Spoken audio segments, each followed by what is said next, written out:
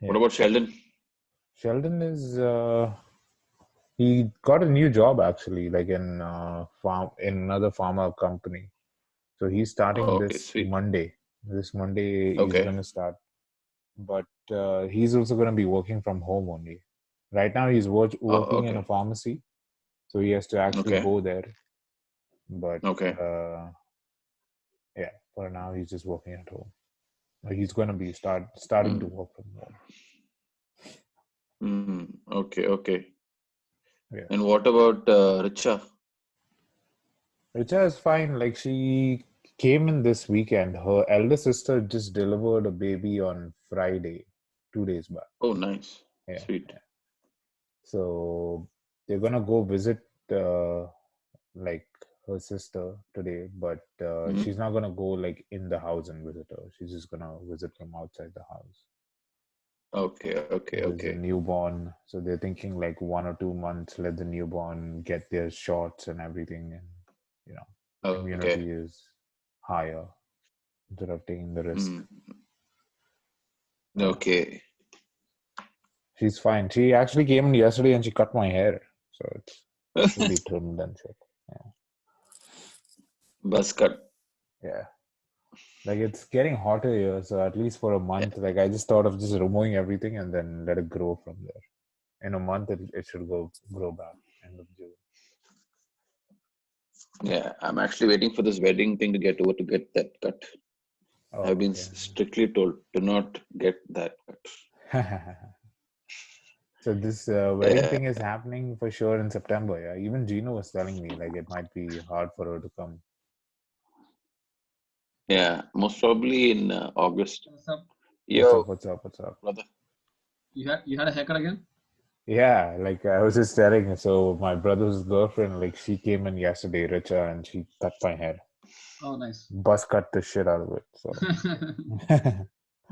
Be cool. So you when you do a buzz cut, you put like what is the level that you put? 10? yeah, 9 millimeters. 9 mm, huh? Yeah, yeah. So this in Ah, front is 12 mm and behind is 9 mm. Oh, okay, okay. So it's like super okay, short. okay. Must have been fun for her, right? Yeah, it was very easy. Like because Yeah. like I was using my beard trimmer earlier, but that got fucked up. But then my Uh-huh. brother has a more powerful like Philips, Okay, okay, hair okay. trimmer, and that's meant for like your hair and just not your Right, right, beard. right, right, right. So yeah, that was pretty simple. Like Nice. just 2 minute haircut. 2 minute haircut. But within, yeah, I just want like the whole of June basically for it to grow and then start. This is like an eraser board, Like you setting it just up. wipe it clean and let it come back. And then you start drawing it. Yeah, Yeah. yeah. I also want to get a haircut. I might get one after Eid, maybe. Maybe this Tuesday or Wednesday. Are they opening up there? Like But hair They, salons? they were already open actually, but then the salons are open? yeah, salons are Salons are open. Like, open? yeah, from a couple of weeks back they were open, but I didn't go. I thought I'll wait it out and see how bad, like if any problems are there. So Right. I didn't go. When they opened also I didn't go. So now I'm thinking after Eid I can Oh, go. okay. Yeah.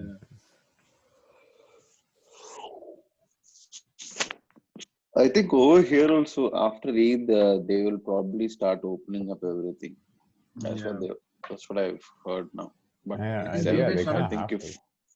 Yeah. Here they started serving alcohol today onwards. Like it was on hold for a few days or something.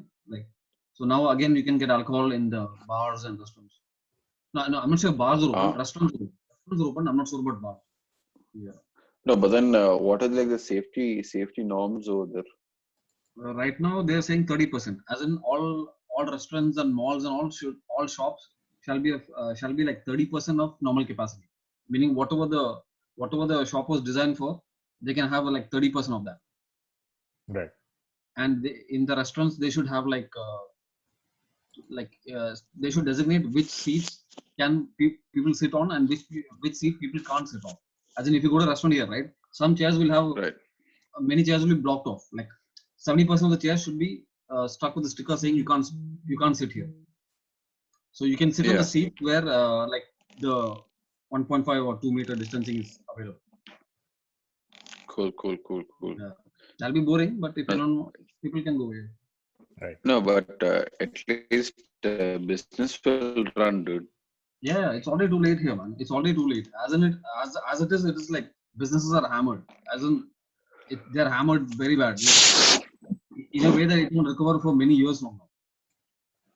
Like Yeah. even like sensitive economies, they can't take a one week lockdown also. They'll get battered. Because Yeah. like technically like what a very large amount of businesses they're surviving like day to day paycheck. I mean not day to day, like month to month or something. Or the richest ones maybe like a couple of months or something like that. They can't survive like a 1 week lockdown will hit their rent of that month. Yeah. Yeah. Right. Because most people are running on bank loans and all that crap. So if they can't pay it back, then already they're in trouble. Yeah. Right. Right. Yeah. So it's already hammered. It's like there are reports coming out that I mean these are all reports, so we don't know what they're basing it on. But for example, like a week back there was a report that 50% of all restaurants here might have to close if this is the scenario. Wow. Like half the restaurants in Dubai will have to close. So Wow. and that's just like couple of months That's of a lot. yeah, that's a couple of months, 1 month or like 2 months of shutdown or something. Yeah. So it's a mixture of shutdown and demand loss. So it's going to be bad. Yeah. It'll be crazy how they're going to recover from this. In like I mean, couple of years. so there's a report from this guy from one of the world famous economists. I forgot his name. So he's called Dr. Doom. Yeah. So he's called Dr. Doom because he gives the most negative like reviews. But Right. he's negative reviews, but he's consistently negative. And he was one of the guys who predicted the 2008 the recession. Crash. Yeah. So till Okay. 2008, he was predicting the 2008 recession from 2006. But nobody listened to him, and they kept saying you're being very negative. But he got famous when the 2008 came through. So he's saying that as of now, people should prepare for a 10-year recession. Oh my God. Fuck. As of now, as in with the scenario right now, meaning as of like May, get prepared for a 10-year recession. Now that means with the current scenario, so obviously it's going down. It's not even leveling up. So, Jeez. 10-year recession is too much, dude. yeah. I 10 think in years 3, means 4 like years. I won't be able to see you guys. 10 years Yeah, means recession like, means not as in it'll keep. We have no idea what's going to happen. Like nobody has an idea. Now, when he says recession, it means at least to get back to the level we were at 2019. And that may not happen. We may never get back to that level. As of now, he's saying it may take like 10 years to get back to the level that we had in 2019 December. right. And that itself is optimistic. As in, like, dude, the hammering is on next level. That's nuts. Yeah, even before the pandemic came, businesses were dying like mad, like in a way that it's irreversible damage. And now Yeah. this is like No, recession. business. When you say business is dying, we say Yeah. that because the populace don't have money in their pocket to spend.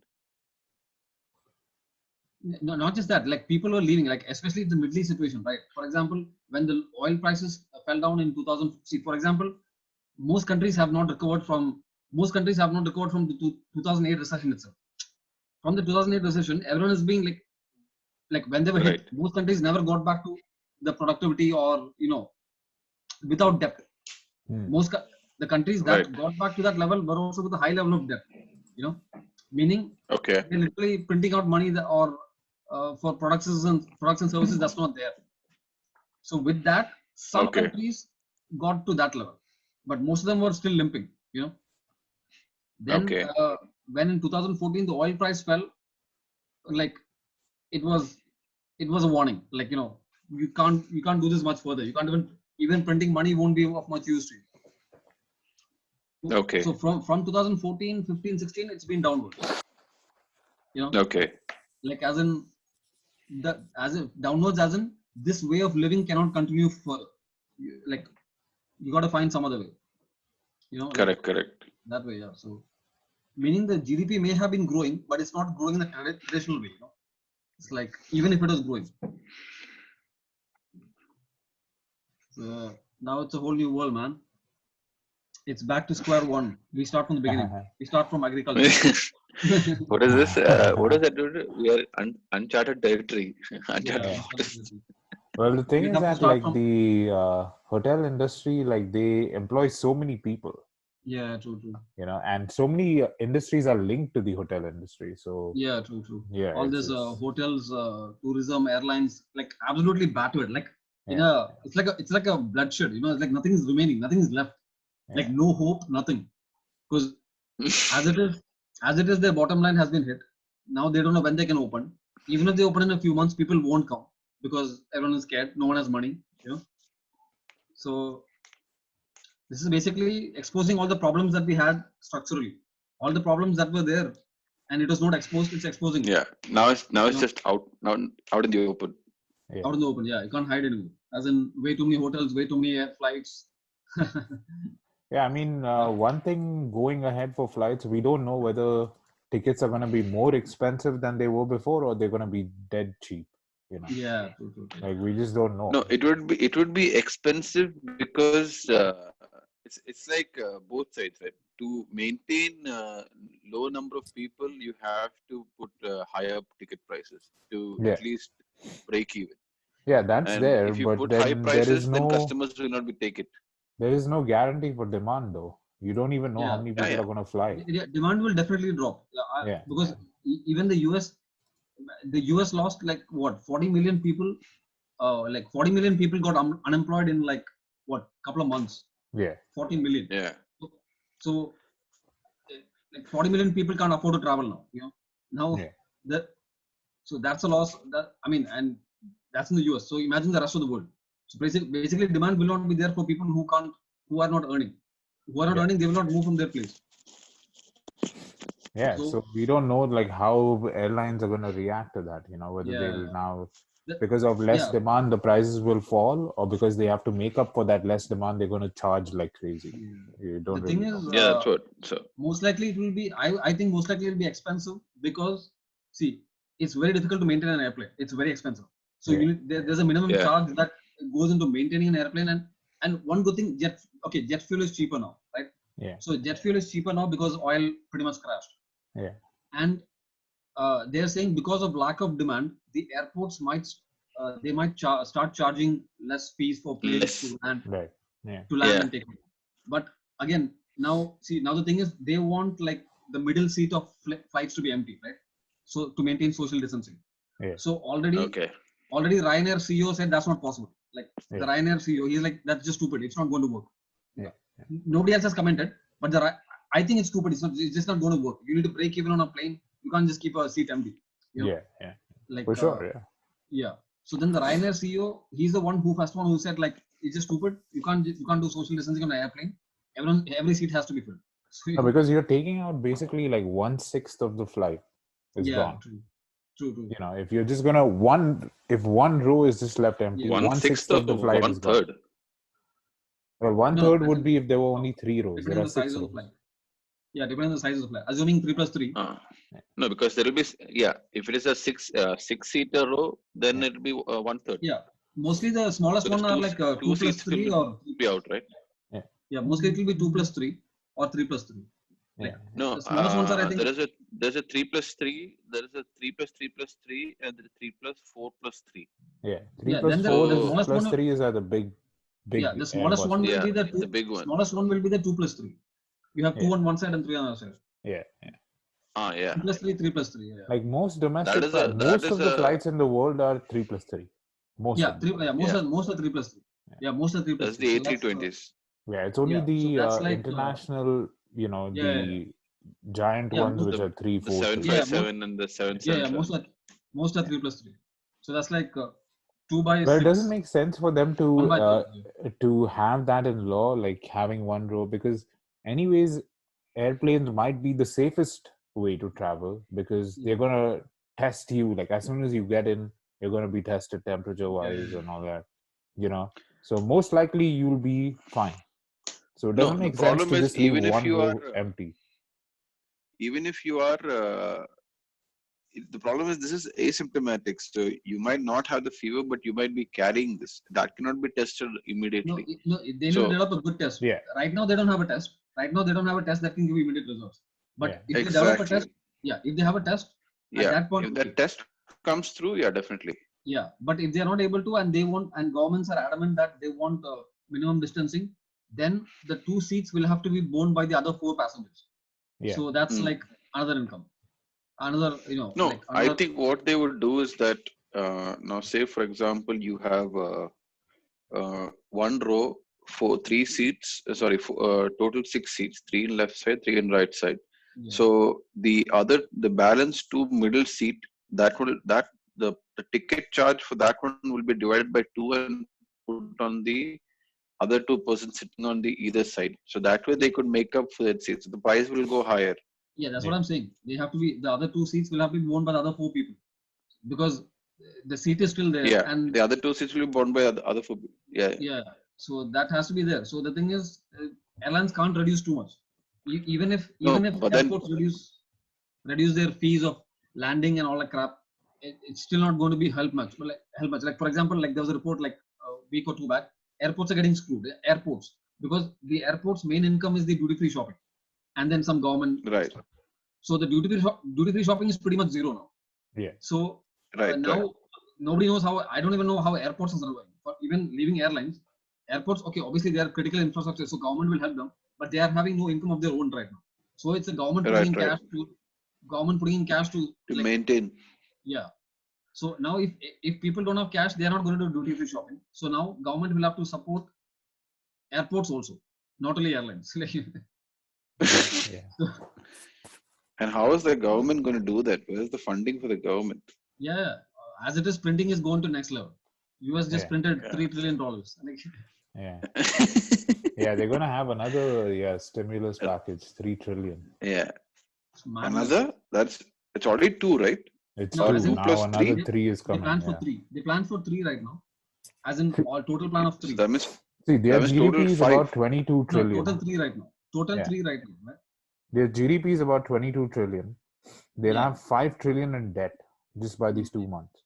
5 yeah, trillion is about 1/4 or 1/5 of their GDP.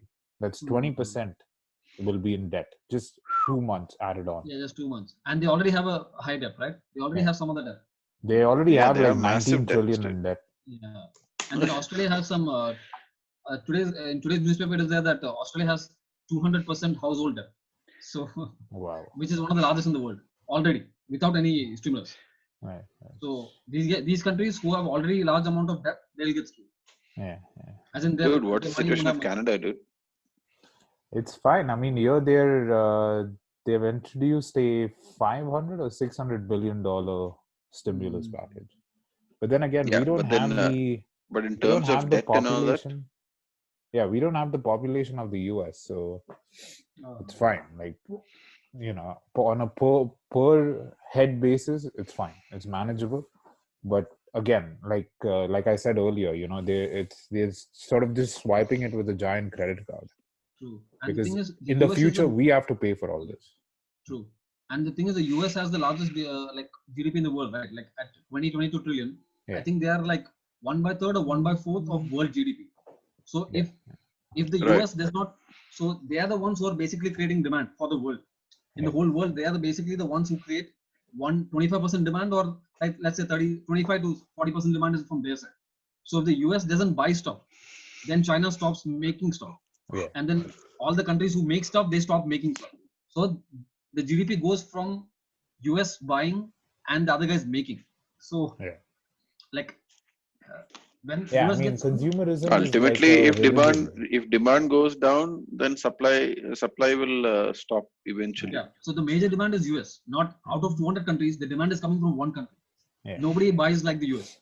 yeah, yeah. So if US is affected, a number of countries can be affected, and it won't affect the global economy like US being affected. If the US Yeah. is affected, I multiple mean, supply chains. Yeah, their demand is so high because yeah, consumerism is like their religion there, yeah. and the purchasing power of the dollar is like the True, true, true. highest, the best in the world. So if they So stop ordering all these Asian countries, I mean, they will lose massive market, and they'll have to generate another, like other demand, like from their yeah, own countries. yeah, So it's a double-sided sword, man. US goes, we all go. yeah, for US sure. is the guy with the stick, dude. US has the biggest stick, so we have to listen to him. Yeah, I mean, and especially when you have other world currencies all based on the dollar, that's Yeah, another true. fucker. You know, yeah, it's going to be really hard. Like, Yep. apart from the biological threat this virus sort of possesses, you know, the actual consequences of the fallout of the other things economically and all that is Yeah. more catastrophic than Oh, the yeah, definitely. biological threat. Yeah. That's true. That's true. Because for now, it's only like people who are old or sick or pre-existing conditions, they're Yeah. at biological risk, but economically, you know, everyone's fucked. Yeah. Economically, everyone's fine. And the thing is, the more even talking about healthcare right now, okay, we have a fatality rate of 5%. You broke it all the way? What? I thought it was a slide you were talking about. There's a whole fucking curve. That's what I was asking you. What a bitch! No, I didn't do that. That's all you. That's bad news. Good. What is that? What did he break?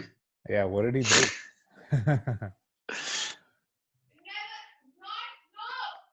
What did he break? Yeah. So her toilet seat had a crack on it, and my toilet was used by my folks, so I had to go. So I sat on a toilet seat, and toilet seat cracked. Nice. Nice. Yeah. So now it just pierces the butt. It's not a good feeling. So yeah, so I'll have to get her a new toilet seat. Yeah. Anyways, Yeah.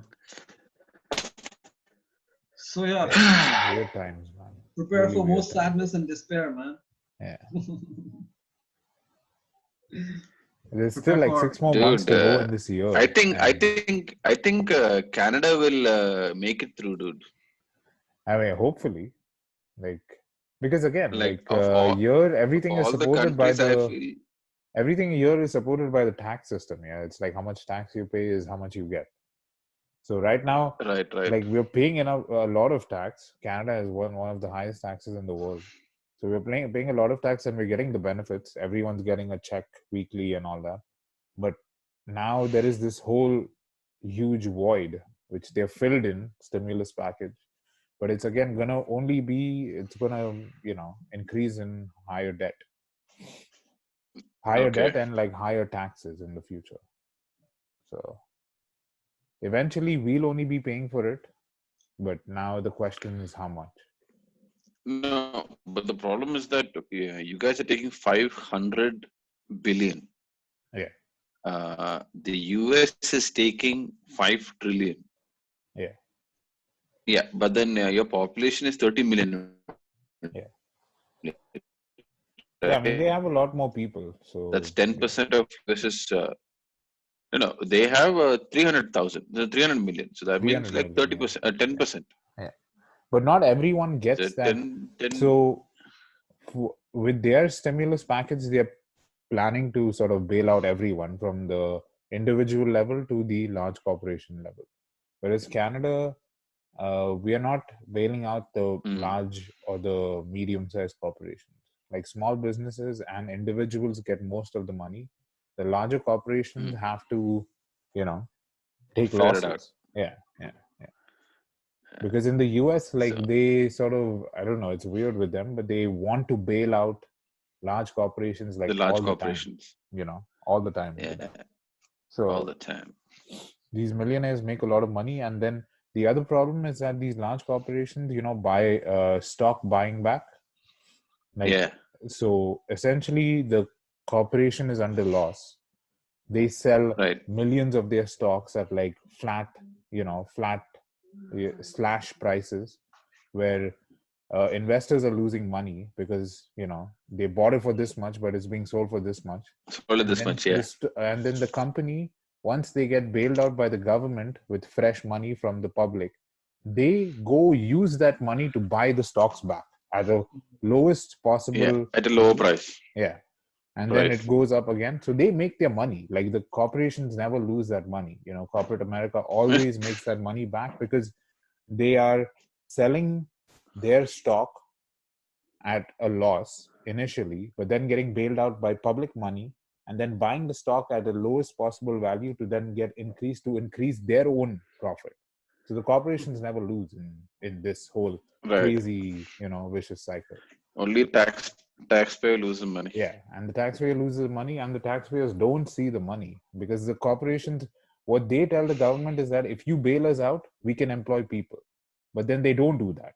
Anyways, Yeah. they'll still cut people, they'll still cut stocks, they'll do all that shit Yeah. just to eventually get money. So this whole like reinvesting money, tax money given by the government into your corporation to then help the taxpayers, that never fucking works out. But yeah, Yeah. It's crazy. so Canada is sort of outlawed that, like buyback stocks and all that is not allowed here. Okay. But So, then So by the company, yeah. But then again, that's a reason why you don't have multinational corporations set up in Canada, because they can just go to the US and, it's a freer economy. So it's it's two sides of the scale. One is like unfettered capitalism where you'll get bailed out all the time. One side is, okay, you don't, Socialism. there's only, it's not socialism, but it's like there's only a certain sort of ceiling you can get up to. Socialism is like distribute resources evenly amongst everyone. That's socialism. This is Right. the ceiling for Canada is probably here for a corporation. For the US, it's probably like, it could be the sky. So it's only how much money can you make at in your own sort of No, but then in Canada there are a lot of corporates are there, dude. there is, yes, of course there is, but it's not as much like the economic growth in the US is, like there are 50 Exponential. states there, and there are so many multinational corporations who now have like international corporations. But in Canada, there are only certain few ones, Canadian brands, which make it to the top. Right. But you don't have like, so much industry like just sprouting out of nowhere. And then the other problem, or well, problem for the taxpayer, but good for the corporations, is that there's this free trade agreement in North America. It's called NAFTA, North American Free Trade. Okay. So that spares taxes between Canada, US, Mexico. So And you Mexico. can have like free trade of resources back and forth, like how you have your free trade zone in Jebel Ali. So you can technically get, like, say you're getting steel from Mexico. From Mexico, you could hire steel at a cheaper rate, and it'll come all the way out from Mexico via the US into Canada for free, no tax. And you can get it into the country. So the government loses, again, taxing people there, in which the taxpayers can get some tax back. Whereas the MNCs, they bypass everything. It's like free tax, free trade. So again, there's two sides of the scale. There's free trade, yes, which helps the economy in total, but it only helps a certain segment of this. I'm not saying the consumers don't see that. I mean, the consumers see that in like cheaper goods. So that's one good thing. Because if you're taxed higher, the company is gonna make the product more expensive. So yeah, it's charge two sides more, of the and then scale. people Like there's no buy it. perfect solution, but that's how you balance it out. If it's too balanced to one side, it becomes capitalism, like too much capitalism. And if it's too balanced to the other side, it becomes like Russia, like too socialist, communist type. So no, in that way, I think Canada is like pretty much balanced. Yeah, it's balanced in the right way. So yesterday, Hertz went bankrupt. And they don't take such outlandish decisions also. Yeah. Who? Really? Hertz. Yeah. Rent-a-car. Yeah. They applied for Chapter 11, which means they could be possible to be restructured. Yeah. Maybe. No, but the restructuring is now if they get bailed out. Yeah. Then that same vicious cycle what I spoke to you about happens. Yeah. So they get bankrupt. They don't pay their creditors. Yeah. Okay. The creditors have said, go eat the fucking dollar. You'll get 10 cents on your dollar, but you eat your losses. We'll get bailed out by the government. We put Yes. that fresh money into So, bro, restructuring our company, Stop, and stop. then we're set up straight. Hertz is bankrupt, bro. Hertz got bankrupt. Yeah. What's bankrupt? Hertz, Hertz. rent a car. Oh, Hertz yeah, Rent-A-Car. that came out, I think this morning, I think, the news or yesterday. Yeah. Hertz. Okay. Every day, like 1 or 2 corporations are getting bankrupt. Every day. But Yeah. Hertz was anyway on its way out, right? Like, you was waiting for something bad to happen for it to get completely fucked. I mean, Uber Yeah. fucked everyone over. Like, Yeah. they reinvented, transportation. So Yeah, that's true. Hertz was number 2. It seems. Hertz was number 2, and they're out. So first one is Avis. right. Okay. Really? Avis is number 1 on Rent-A-Car? Yeah, globally. Yeah. Oh, okay. Yeah. So, Somebody was saying that that it's very likely that in Dubai, or I don't know if it's the world, but 70% of businesses are going to shut down. oh yeah, in Dubai there was one I read Yeah. that 50% of restaurants might shut down. F&B. Fuck. So that's Yeah, fucked that's up, a man. lot. Yeah, could be. So that was then the last week's news. So F&B is battered because they have no income. People are not going to buy anything, or even delivery is too less. On top of that, the rents are not, they still have to pay rent. So they're getting battered. There were so many stories in Gulf News about restaurants which opened and they had to shut down within a week. They opened during the time of COVID. Shit. Ah, shit. Yeah, as per their normal plan. Horrible So time. as per their normal plan, they opened up. Then this thing hit them, and they have to close within a week of them starting. So many small businesses would have shut down that way. So imagine how they The rent is, dude. The rent kills rent you. is the main thing. Literally. See, rent is the main thing. As it is expensive. Rent is eating into all these establishments and all that. No, F&B. has the government given levies for rent over there? No, it's they've asked people to take it easy, but they're telling the landlords to take it easy and take into the consideration of like what's happening. So, but most Right. people are not doing that. Some government companies are doing that. As in, like there are government real estate companies, right? Like Aldar or Yeah. maybe some companies like that. They are taking it. Yeah. Some of them they are setting an example by saying, okay, you can give it after 3 months or something like that. But Yeah, most of yeah. the private Right, ones, right. most of the private ones are not doing that. Pretty much no one is doing that. They still are charging rent. So because of that, businesses are closing. These idiots don't That's understand how messed it's. up. Over here, some companies have given up to 6 months. Okay. Straight up. Yeah. No, this is the much bigger Because- market. This is the much bigger market. Yeah. This is the largest Yeah, market. yeah, So, definitely. yeah. So the thing is that a lot of people have to cooperate here. So the thing is pretty much no one is cooperating, and they're still charging rent from residential and commercial. So like they're basically shooting themselves in the foot. As people leave, no one is going to replace them. They don't understand that. Like as people leave houses and malls, no one is going to replace them. Now, Yeah, that's- whoever can consider the fact that I don't want profits, I want my business to run at minimum profits and bring down the rents. Those people will survive. Whoever is expecting to maintain the greedy. profits at the previous time, they will just die. Same thing. Whoever is greedy will lose in the end. What's very weird about this whole thing is that, like, rental value and real estate prices, apart from the construction cost itself, is a very perceived value, right? There is no real. Yeah, definitely. Yes. It's not a market-driven. No, it's same like all the other products. It's same like anything, like a perfume or a car or something. A BMW can they can make a good car and they can charge you whatever they want. It's not the actual value. The profit will be like 50, 60, 70%. So I would assume that most businesses operate at a profit of 30 to 50% to be fair as a business practice. But in real estate, it can go up to 100, 200%, 300% and stuff like that, right? Anything. It can go in anything. It can go in a t-shirt. It can go in a perfume. Anything. See, a Chanel, the cost of making a perfume is pretty much the same, whether it is a Chanel or a normal local brand. But just because they have a brand name, they will use it and they will charge like hundreds of percentage more from you. Like how much ever you're ready to pay, they will take Much more. Yeah. So that's how these luxury brands and the high-end brands work. So same thing. If you're buying a Imar house, it's different from buying a local company's house. So Imar can charge you pretty much whatever they want, and obviously there are other things too. They will say there's a beach view and something else, and you're basically paying for the Imar brand. Okay, that's the Imar house. So you assume that they are much better. it's also there. Yeah. There is some degree of perception, but okay, that's also fair. Yeah. But which brings you down to like No, but that's the funny part. The brands don't last. Companies like MR and all, they will not be able to last.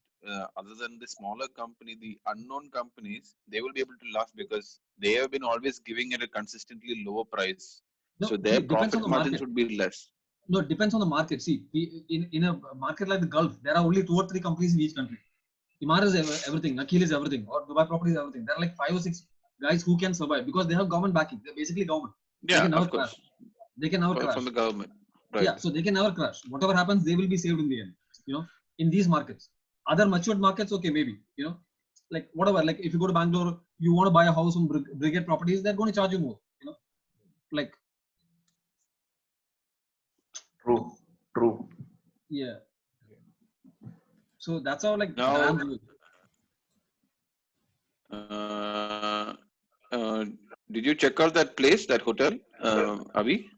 No, dude, I didn't do it today. I cleaned up my entire house. Like I did everything from dusting to wiping with detergent, not detergent, but Dettol, and then like all that stuff. So I completely like did my house up right now. So I'll probably go tomorrow day after and check it out. Are you living alone, Abhi, or? Yeah. I stay by myself in a studio. Oh, nice. Yeah, pretty okay. Has it been boring for you, this lockdown? Fucking yeah, dude. Like more than boring, it's the guilt trip of not doing anything sitting at home. Like I hate that. I hate watching TV and streaming videos and playing games. That's the worst thing I want to do with my life. But it's what it's been reduced to. Yeah. So it's pretty shit that way.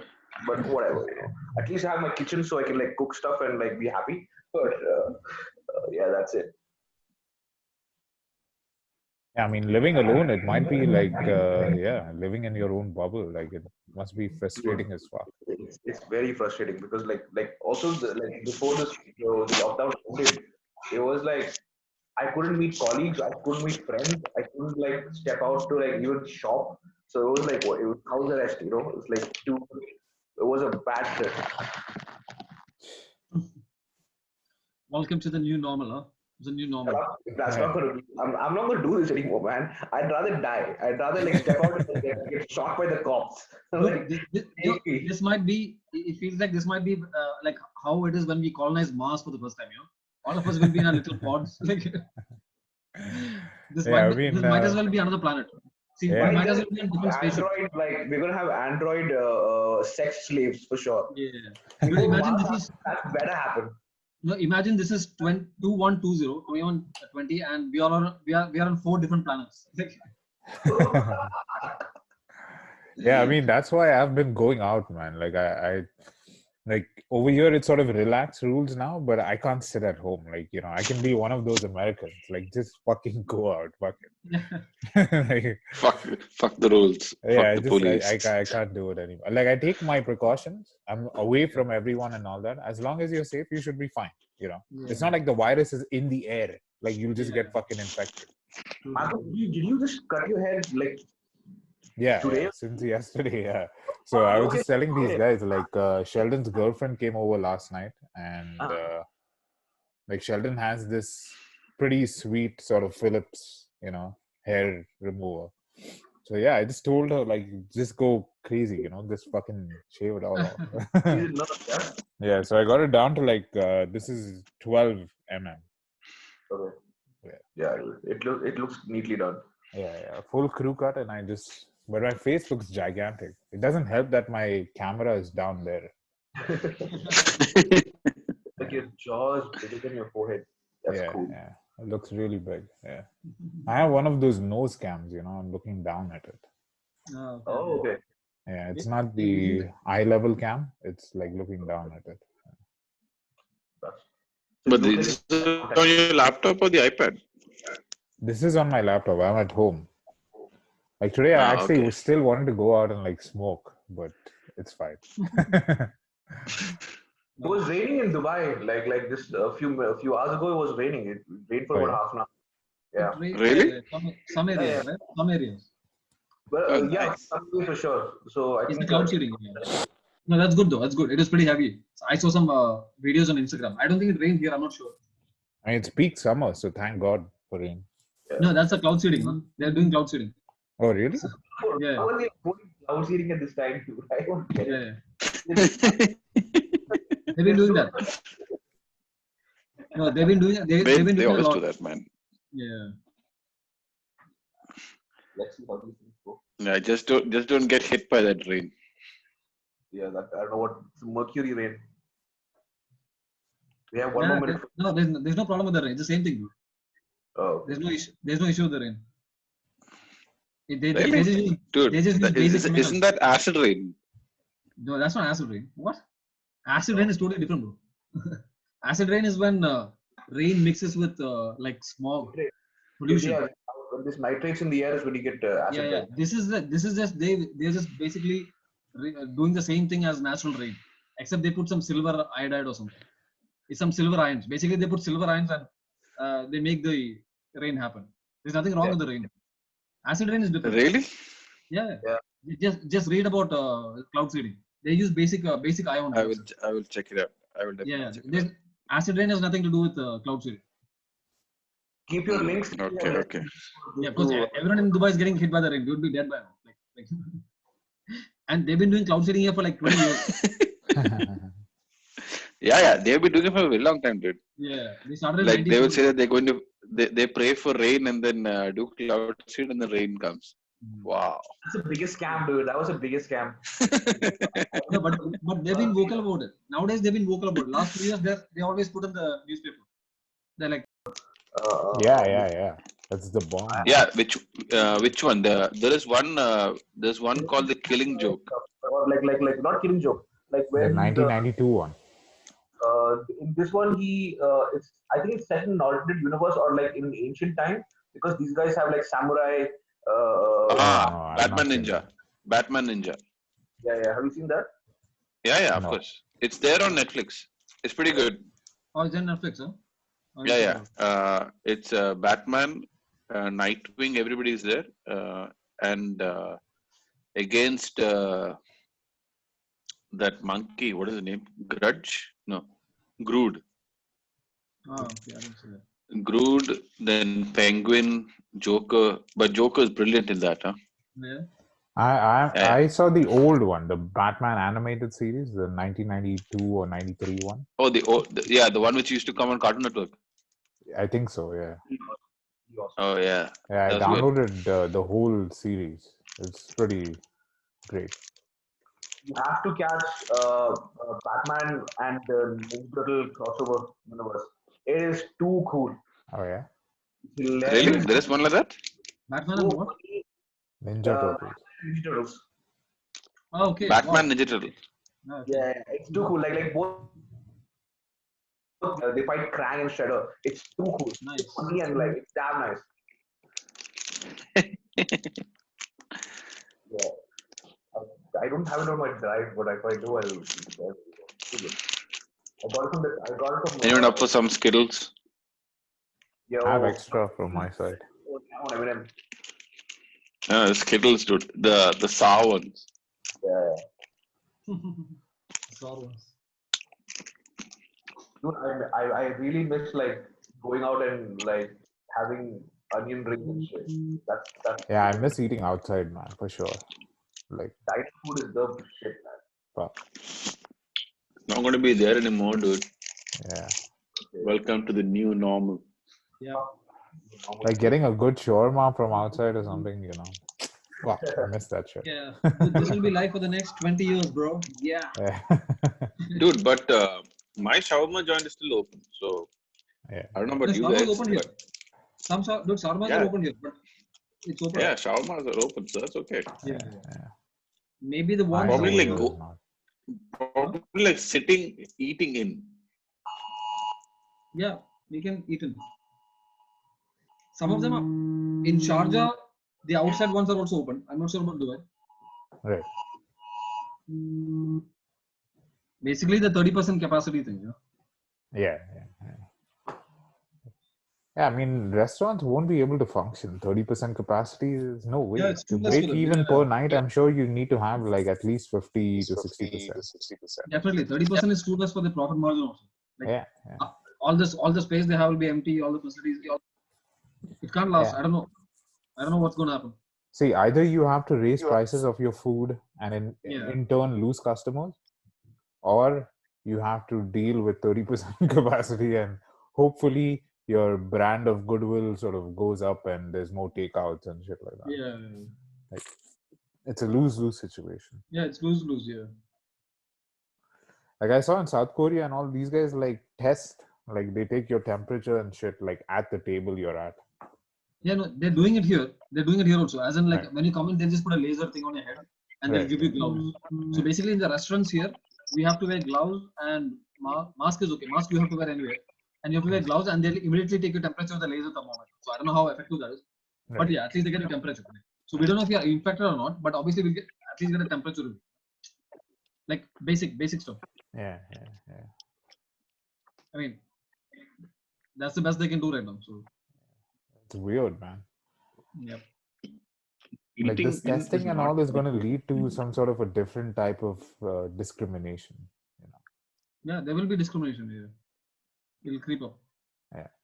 No, Already probably What? once the technology to identify, do a rapid test, like on the spot, whether you are affected or not. Unless once that tech comes out, then everything will be normal. Yeah. The problem is that with the temperature, you just check your fever. They don't know if you are positive or negative. Yeah. Yeah. Yeah. That's the best they have right now. Yeah, so whoever gets that tech out, he's going to be king. Because everybody will want it to ensure that their business runs. Yeah. Don't know. Don't know where it's going to go. Yeah. Like I was talking about that Bezos documentary. Yeah. Yeah. So this guy is like, either he's the most genius guy ever at making money, or he's like evil. It's one of the two, because he sort of made this, like he found this amazing way to sell things online via the internet. But Yeah, books initially. yeah, I mean, it started with books, but then like it grew from the database of this books to like everything, incorporated everything. And the way Yeah. he got from like just books to there via, so essentially like how he started is that he bankrupted the whole book business. Like Yeah. no other publisher could sell books at their bookstore. They had to go via Amazon. Like that was the only way, for them to make money, No, but see, the or thing the is, authors to make money.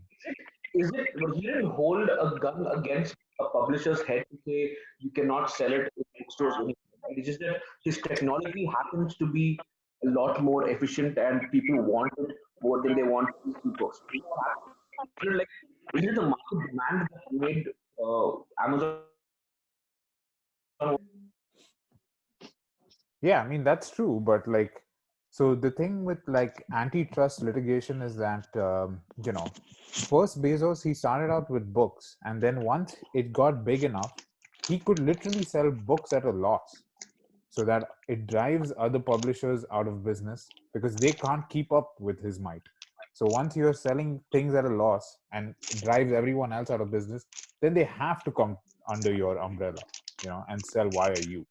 And then at first you're selling it at a loss, you're making less money, but then overall after 5 years you basically have like monopoly of the whole book market, and then you charge whatever price you want. So he did this for pretty much a lot of industries. Like it's not only books. He started with books, everything. Pretty. That and is then that is his it's like the Terminator. Like you're looking his at books. business model itself You is that. yeah, you eviscerate books. Then you look at like another sector. You eviscerate that sector, and then eventually from like one tiny thing, it becomes into like this giant umbrella which covers. When you control the supply chain, and then you literally have your own. Initially they had like outsourcing warehouses, now they have their own warehouses with their own employers, and you control the whole supply chain from having the product in your hand till the customer getting it.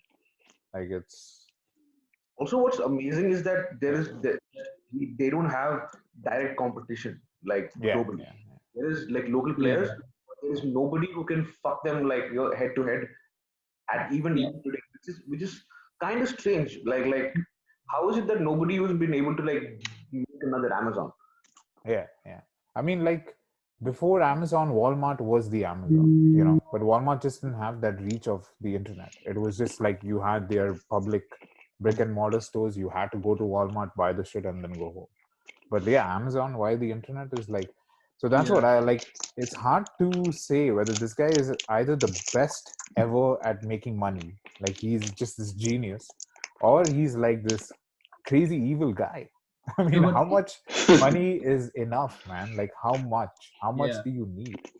No, but Doesn't here's the make thing, right? sense. So most of the business models, like in any industry, it basically works almost the same way. As in, initially you have to give your products at very low price, Yeah, so people start to trust you and all that, and then they buy stuff from you because they can. That's what they can easily afford. And then later it's up to you whether you screw them over yeah, or you become decent, right? So yeah, that's how Microsoft or anyone else works. As in, yeah. they will first take over your the industry by giving you low stock, like low price stock. Then later it's up to their like intent. Like they can screw you over because or but they shouldn't. That's how these guys become billionaires. So Yeah. they get the market and then they just go up. They just keep going up. In a way Yeah, that everyone else is helpless. Like Microsoft or Amazon. Okay, Amazon they had their tech and their strategy and all that. But once you get to a point, then you need to distribute money. There's no point in money coming in one direction only. It's like yeah. It's I think Malcolm, in the playlist of the one that I shared with you, there is one thing about Amazon Go as a case study by Nerd Writer. hmm. Yeah, it's pretty cool. Yeah, I'll check it out for sure. Jesus. Yeah, and then obviously it helped them. They started in the market like that was the most. It's all. I mean, the American market encourages the company to grow, right? As in a startup and all that. That's one. On top of that, that's the highest consumer market in the world. So a 22 trillion economy is more than enough for them to like become like a juggernaut, and then they just like trample everything around them. It's like, What do you think is going to be Then the take it future around the world also. of Amazon? What do you think is going to be the next big thing that decimates shopping as a service, as a retail as a service? as it is, retail stores are messed up because retail stores and malls are almost pretty much on the Like way out. online, for example, let's say online retail. What do you think is going to be the next evolution? So you had retail, brick and mortar, then you had like online retail. What do you think is going to be like the thing that beats Amazon? I don't know. It's hard I feel Walmart has a better scope for that. But what do you think that it's going to be? it's Because hard to say anything. I mean, they have same day delivery, like Yeah, and now as of they're now, gonna in the future have drones which has like same hour delivery. yeah. As of now, I can't think of the What the drones. fuck? Once they get the drones and driverless things happen, and then they'll reduce the cost of transportation. Yeah. So basically, whatever you buy, you get it at the same time. Oh, and there's one, the stock, they're working on the like groceries and vegetables and fruits, right? Yeah. So there are a lot of strategies they're working on. One of them is like you place a monthly order with them, okay, and then they restock your fridge with fresh vegetables and like fruits and juice and all that shit. Basically, they make a smart fridge, yeah. Right. So they know when you're going down of stuff, and then they restock you when they are not at home. Right. Basically, you know what Uber was trying to do? Uber wanted a driverless vehicle so that you buy a Tesla. Sorry, not Uber, Tesla. So you buy a Tesla, you go to office. When you're not in the office, you send the car out, and the car functions like a taxi and makes cash for you, right? Right. So that was Tesla's ultimate dream. That is Tesla's dream. That's why he wants the autonomous vehicle so that you buy a Tesla and then you go to office or whatever, and then you send the Tesla out on its own without a driver, and it makes cash for you as a taxi. So your Tesla pays for you, right? So like similar to that, basically the Tesla is working on its own. You don't need to worry about it. So now one of the other things they're trying to do with fresh groceries is like they make initially it will start as a subscription service, as in you subscribe to Amazon and Whole Foods basically. So you tell them that you need like this much amount of tomatoes, this much amount of cucumbers, this much amount of eggs every week, and you don't need to be home. You could be working, they come home and they will use a the smart key to enter your home, enter your fridge, put the stuff and go back, and you don't even know they were there. Yeah. So that's one aspect that they're working on. I Like mean, in the like law, Amazon's, business focus and business strategy of buying Whole Foods, like yeah, they bought it for 13 billion. In no like world possible, Whole Foods was worth that much. But it's again Amazon buying something at a loss, undercutting the whole organic industry, food industry, and then you control everything. yeah, I wouldn't be surprised in like a year or two from now they control the whole grocery chain supply. true, true, true. And then they have their tentacles in another sort of whole industry, because Whole Foods is, it's a pretty big, large, it's the largest provider of organic foods, Yeah, at least in North America. So yeah, it's fucking weird. crazy. And so one of the questions they came up with this strategy, right? They were like, how will Amazon control security? As in, how do we know who comes inside the home and restocks your fridge? So they were like, they will work on home security, and already they have their home products, right? They have smart locks and stuff now. So Ring, basically, yeah. Amazon will give you a smart home, and within that smart home, you just subscribe, and they will come. You will know which employee came to restock your fridge. So nothing can go.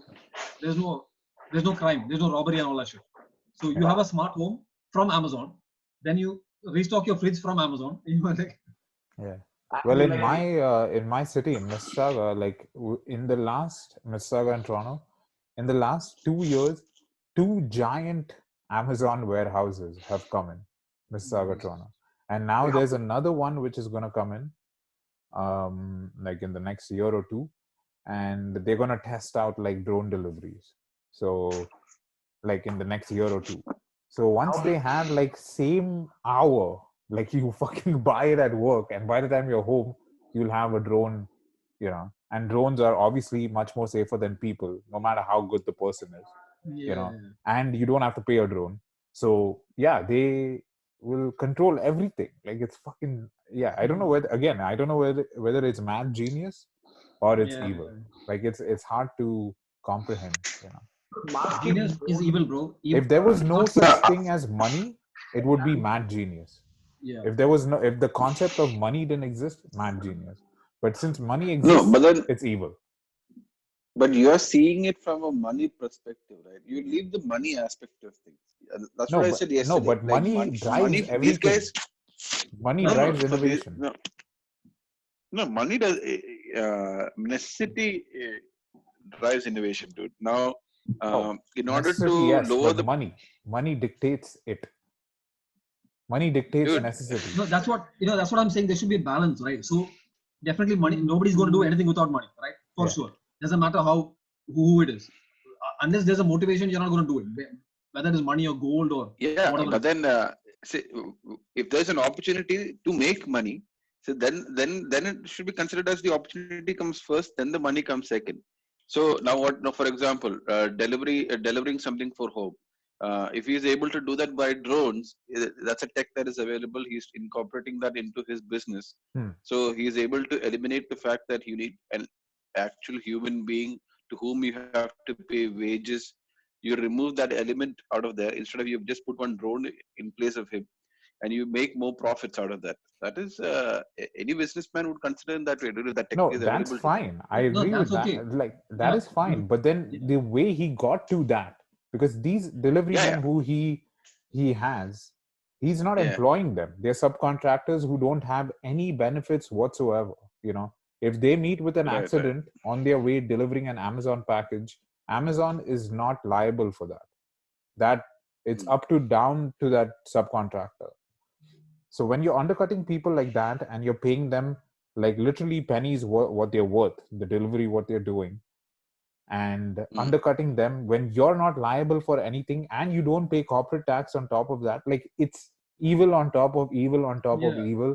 And the cherry is like an innovation. There's we innovated this. Like yes, if you have a machine doing all that shit for you, fine. You're then not liable. I mean, I guess you would be liable if the machine kills someone, but you got to hope that the tech is like future proof. Like it's like iRobot. Future proof, yeah. And I'm talking from another point of view, as in like see, suppose like okay, you make a new tech or a new company like Amazon, right? Okay, fine. You take out all the other industries and business and all that crap, and you keep making billions upon billions till you become a trillionaire.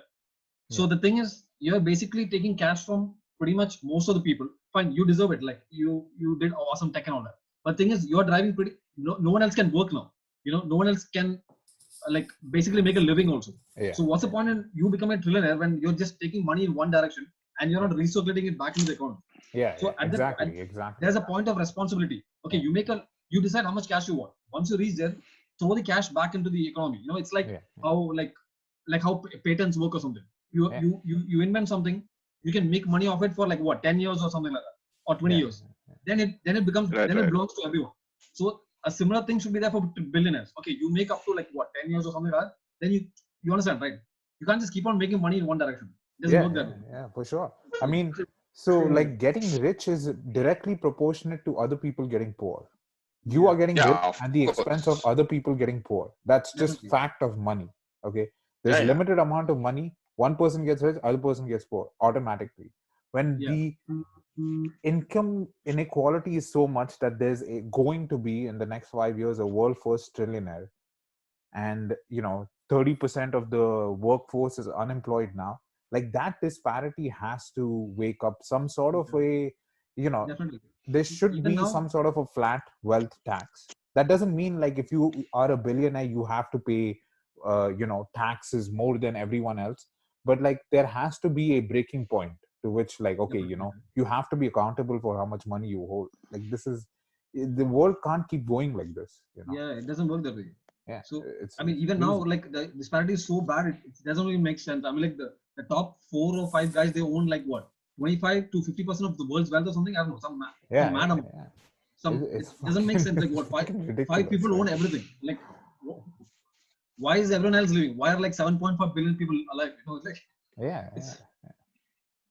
it's crazy. And what's making me more skeptical about private industry driving innovation of like especially Mars and outer space and all that, that's fine to an extent, but like private industry doing it obviously leads it to doing it at a cheaper cost. But like you will always be skeptical about these billionaires because you just don't know, like okay, they might be saying something on the surface like Musk always says, but there's always a deeper agenda to what they are saying out loud. Of course, definitely. It's that's dude, this next question then the way I see it, dude, it's all the way I see it, dude, it's all like in the animal kingdom, survival of the fittest.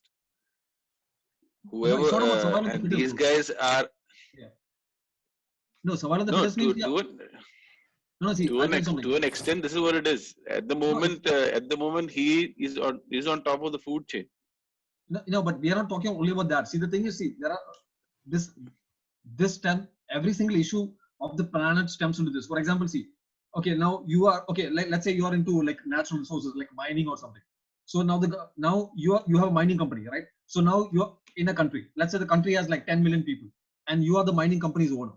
So now the government says, if you pay me this much royalties, this much is yours. So it's between you and the government of sharing the resources of 10 million people. That's the whole point. Whatever you're mining, let's say you're mining gold, that belongs to 10 million people, not just you and the government. Yeah. Technically speaking, it's their planet also. It's not your planet. So the thing is, when we make a system in which the gold is just yours and the government, and the other 9.9 million people have nothing to do with it, that's messed up.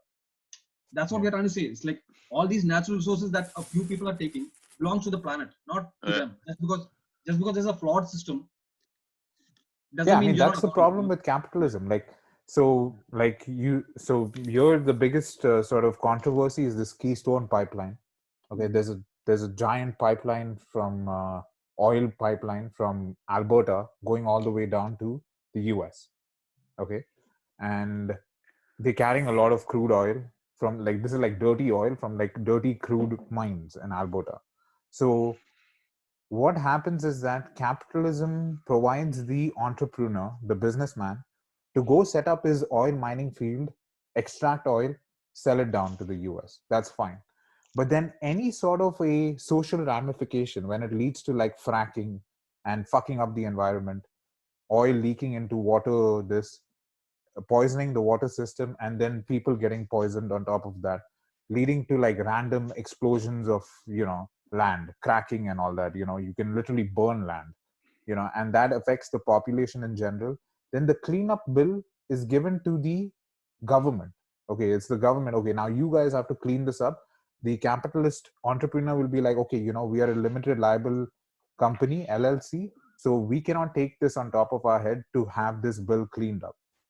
So now the government has to clean it up on the taxpayers' dollars, in which the people already suffer because of the consequences of the capitalistic company, people suffering health problems. Now, on top of that, they have a fucking tax bill on their head in order to clean this whole thing up. So, like, where is the sort of hand in hand, half and half liable? The capitalistic owner makes all the profits off of that mine. No one else sees shit of that. If he sells the crude oil for like $100 a barrel, he's only seeing that money. None of the people living in that vicinity of that mining area sees that money.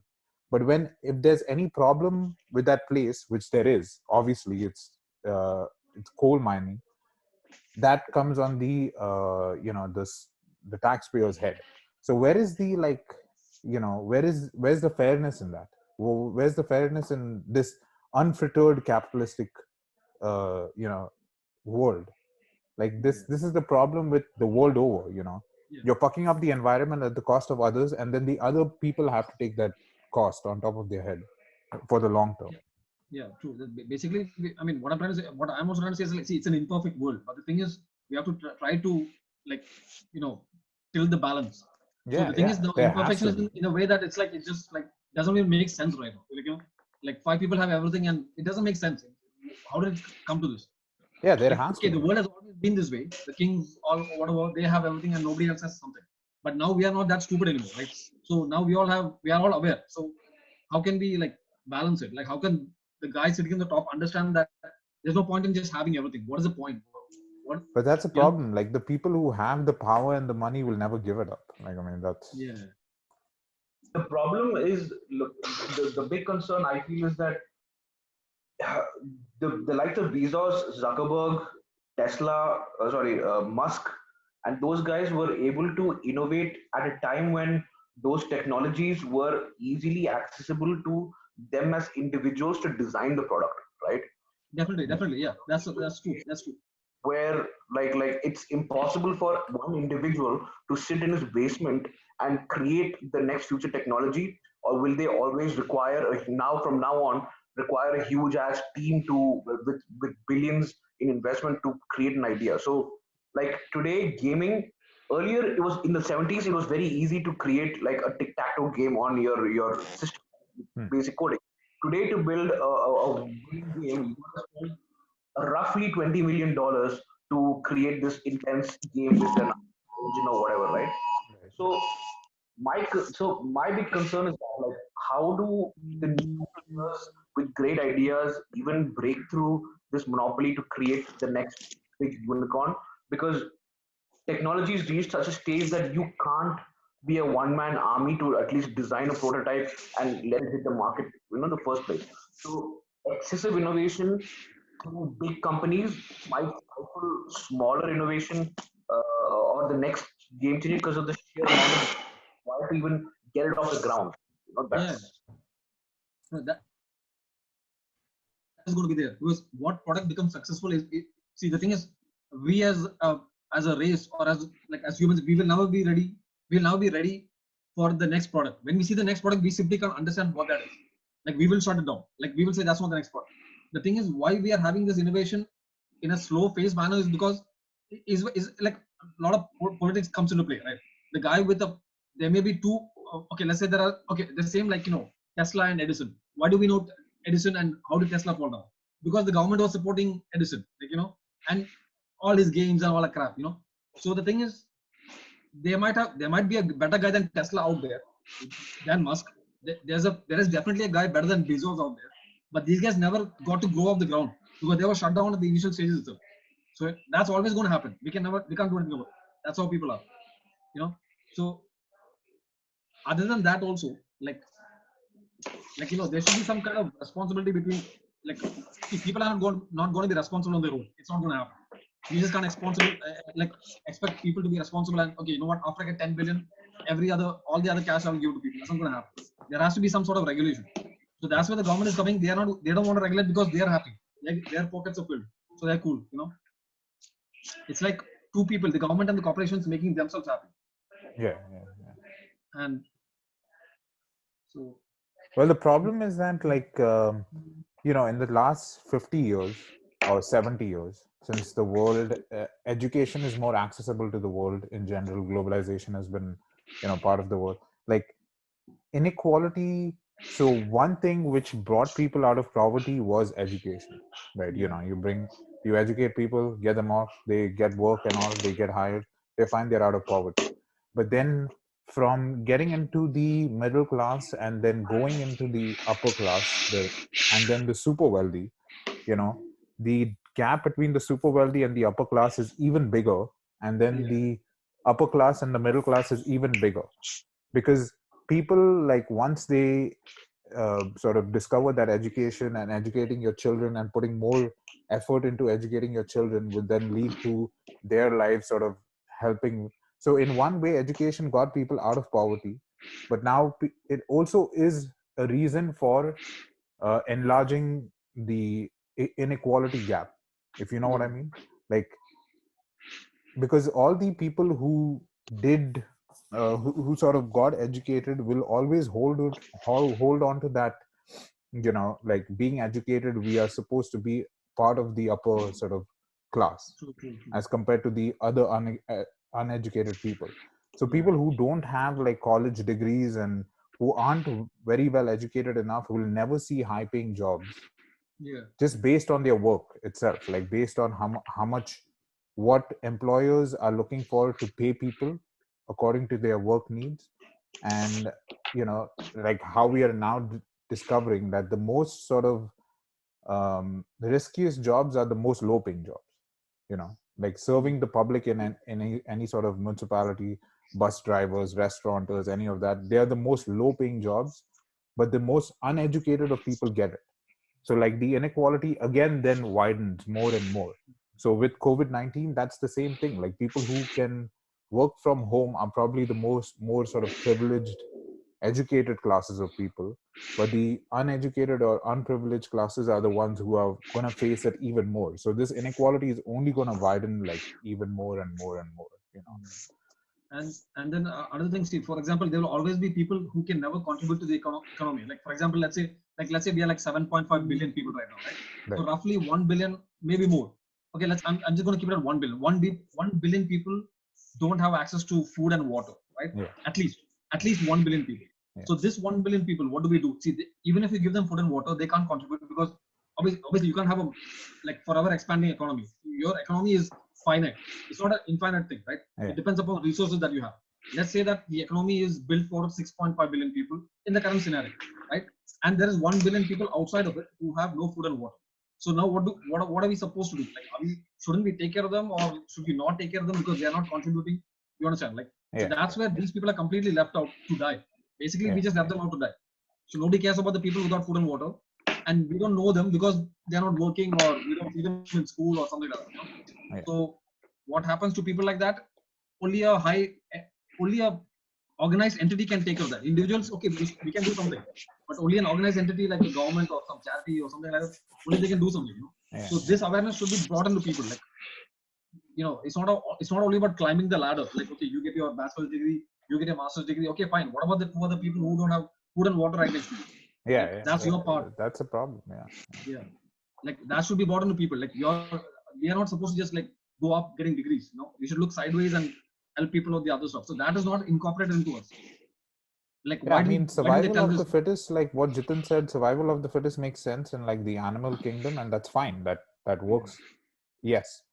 But, like, just because we are sort of incorporated with this giant brain and consciousness, like, it's hard to sort of fathom that survival of the fittest is gonna, be the track for our for mankind. Like, that's maybe survival of the fittest makes sense to, like, a lot of people will lose, like, what they have or who they are because of the survival of the fittest. People can always have that ambition of, like, making the most money, but at the cost of what? Like, when does it stop? No, but But dude, let me ask you one thing. Seems like another People like another- Bezos. Yeah, Abhi, go on. so it's like now you have so look, if you look at like the pillars of society, you used to have religion, you used to have government, now you have like, or let's say kingdoms, then you had trade and business, big business, now you have governments. I think there is a scope for one more pillar to come into place, which is like a non-political people's entity that kind of takes care of this bullshit, right? The stuff that the governments won't touch, the stuff that the business won't touch, stuff that religion will not touch. So basically, that I don't know what that is, but I think calling for that one additional pillar to hold humanity up again, right? Yeah, that's true. Don't know what it is, but I think it's time for that. Yeah. And the thing is, see, even as we were growing up, all these issues about uh, like I don't know, like people starving or people not having access to drinking water, it was not very well. It was not taught to us. It was definitely not reflected to us properly. We were learning shitty subjects in school, like moral science, all that crap. What this should be taught in schools, not like random stuff that we learned in school. So the thing is, the education system itself, or our like parents or religious institutions or something, they should tell us these statistics. When they say there are poor and like people without water or like people without food, we may think, okay, there may be 2 people in the world without food, or like 5 people, we don't know. But when they tell us the statistics, okay, there are 1 billion people, so that's 1 in 7, that's when it hits us. So these statistics were not given to us, we are going to the statistics, but the statistics should come to us. It should be there from a school level, like these many people don't have access to what you have right now. Like, okay, you're going to school, but 1 in 7 of you can't go to school, stuff like that. That should be out there, statistics that only that will hit people. There's no point in telling people some kids can't go to school, so we don't know how many number of kids is there, like 5, 10. So once the statistics hit the people, then we will grow on our own. And the statistics is out there, there's nothing to be done, it's already out there in the newspapers and all that. It's just not getting to us in a organized manner, like how school has chemistry, like physics and all that. This should be part of that. Okay, no, this is what you're growing up, this is the world you are in. And forget school, schools, okay, even churches or religious institutions, they should also do this, not just like praying only. They should say that the charity part of this goes to this, blah blah blah. Statistics is very important for me. The most important thing is statistics, telling people how big the problem exactly is. Like Yeah, you tell you were that saying. people, Even the education system also is being designed in a way to drive a particular agenda. If you see it, this is my perspective. Education has been set up in a way that we are taught that we have to study extremely hard so that we can get into a better college. Why do you want to get into a better college? Because you can get a better job. If you get a better job, you will be up in the career. So that is the line, that is the path that has already been taught to us by our parents and their parents before them. That is the line. So just you study, you work, and you work for someone, and this is, you will have a family, you will have basic mortgages. This is how your life is going to be, and this is how all these kids are programmed. That is the education system that has been designed, so Yeah, that people, everybody is just that is thinking the about inequality I was talking about. Yeah, that yeah, that that they that will consider inequality only being in drives it work. even further. Like you just focus on your life and that's it. This is it. This is it. This is what you have to look Yeah, at. Like it's the people who are not conforming to that path. They are the ones who actually made the actual wave. Now, for example, uh, Bill Gates, or Bill Gates, for example, or yeah, Bill Gates is fine. Bill Gates is a tech guy. He's a software guy.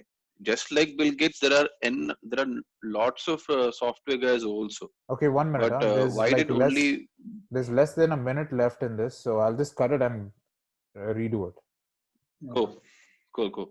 Okay. Yeah, I'll send the link.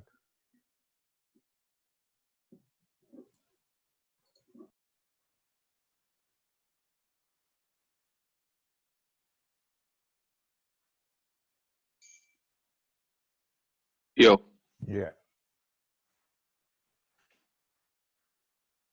where did those guys go? No idea.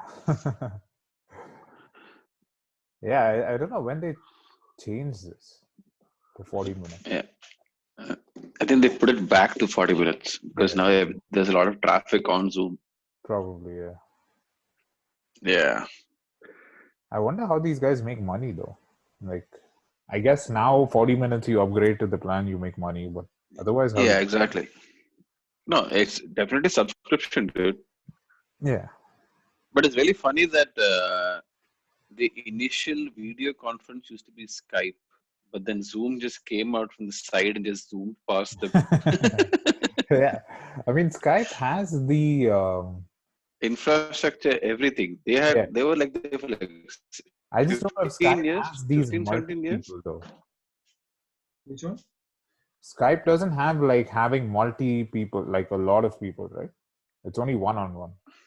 No, they have it, right? Oh, they No, have? they have a group session, but the thing is, like Skype was the first video conferencing app that we were introduced to. Yeah. But in the time when it is most needed, nobody's touching Skype at all. Everyone is just Zoom. I guess Zoom because you can have up to like 50 people in, so maybe that's why. Yeah, but then that's what. So they were like 17 years early, but still at the main party they are not there. No, Yeah. Middle East what happened? They were banned. The thing is, they're banned here, right? So when this Corona came out, instead of unbanning like apps like Skype and all that, they just didn't ban the new ones that came. Like Zoom and all that time only became famous. So when it became famous, they didn't ban it. They just let it go. Just let it go because we Yeah, need that shit now. yeah.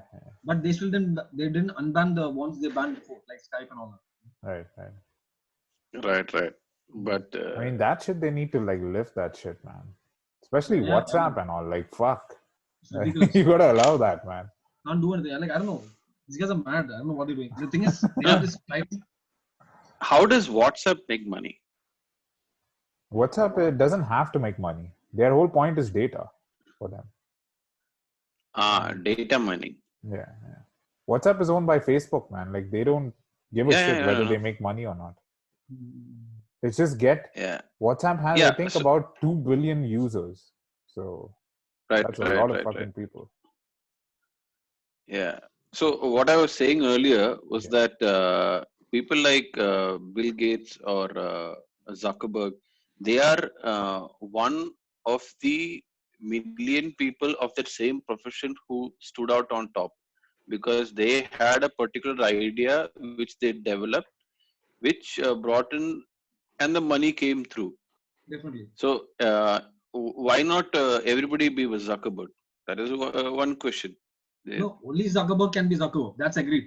No one else. See, yeah. Zuckerberg No. wouldn't have. So what? No. My point being that in terms of the money aspect of things, people who don't conform to that particular path, they are the ones who step out of that path, and then they create their own environment, and that environment money coming in, and that is how they reach on top. Sure. So, but everybody else will follow the same system that has been taught to us: study, graduate, get a job, get married, have kids, send them to school. Your by retirement, you will have your pension funds. Live, die. That's it. This is all you're expected to do all your life. This is how it has been programmed to everybody. Yeah. People who go beyond that, they are the ones who dictate the terms because they are out of that rat race situation. Right. So to get out of that situation, they will have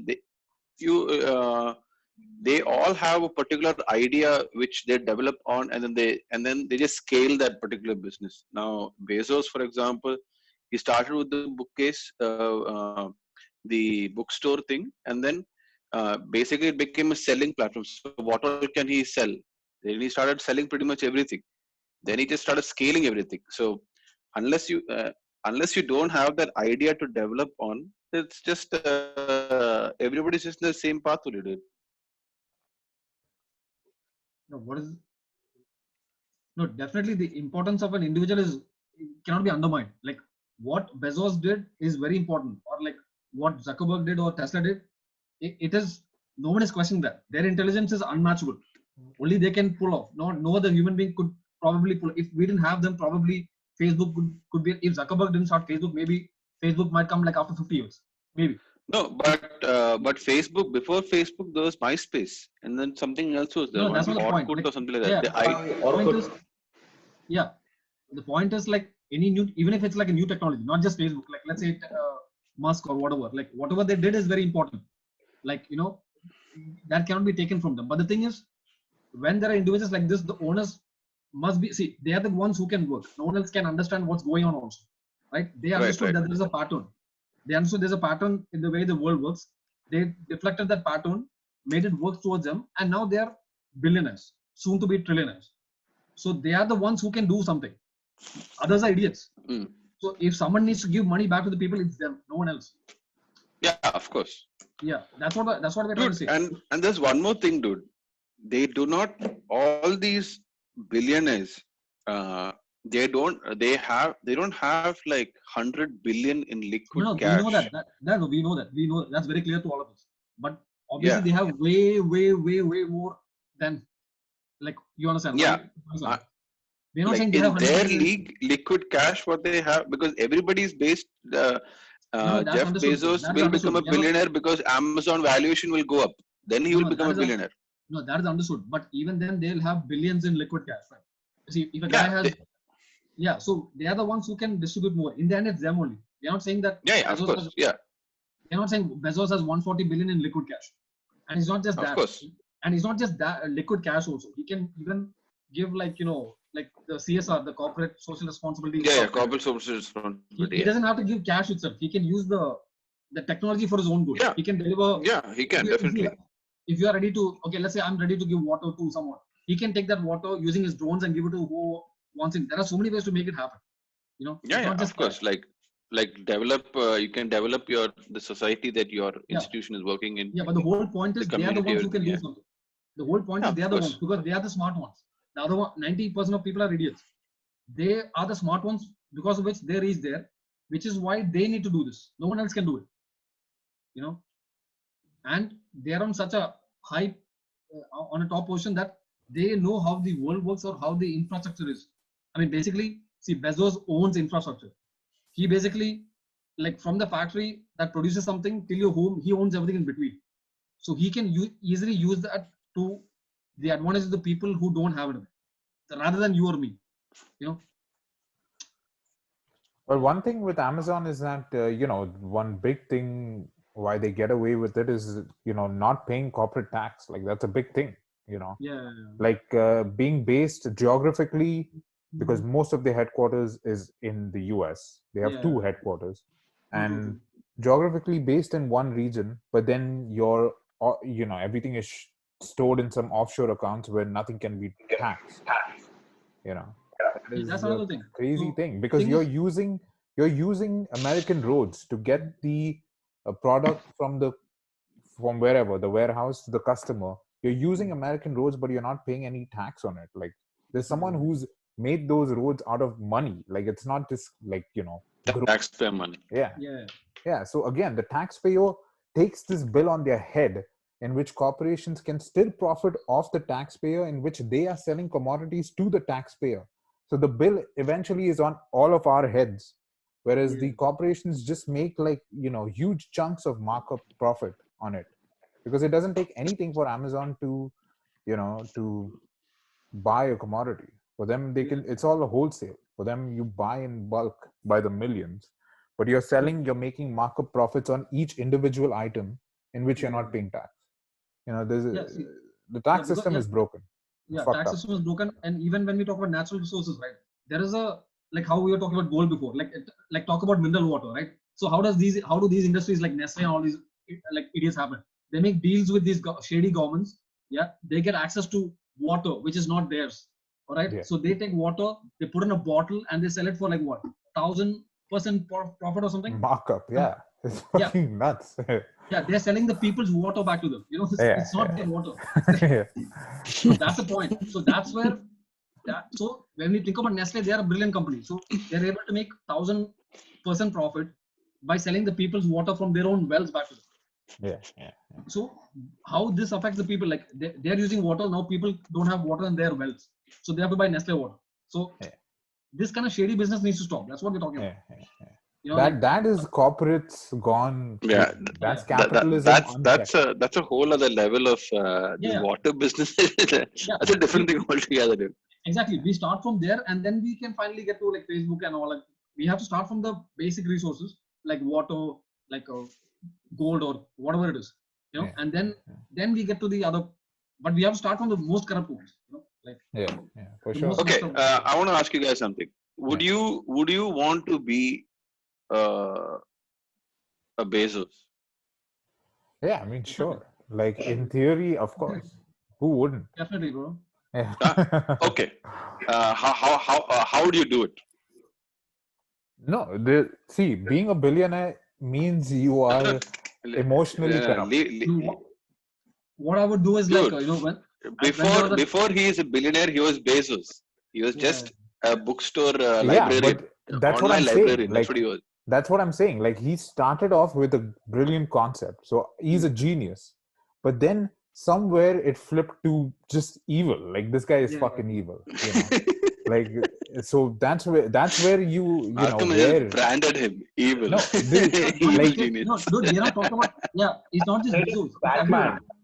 Yeah. Like, what is it? Either you die a hero, or you live long enough to become the villain or whatever. Yeah, exactly. Either you die a hero or live long enough to be a villain. Exactly. So the point is, like, we keep going up and up. After a limit, we become evil. Basically, evil means like we get more resources than we require. So that's evil. Okay. So why are you hoarding resources that you don't need? Give it back to the people. Okay, but if you are giving back to the society, then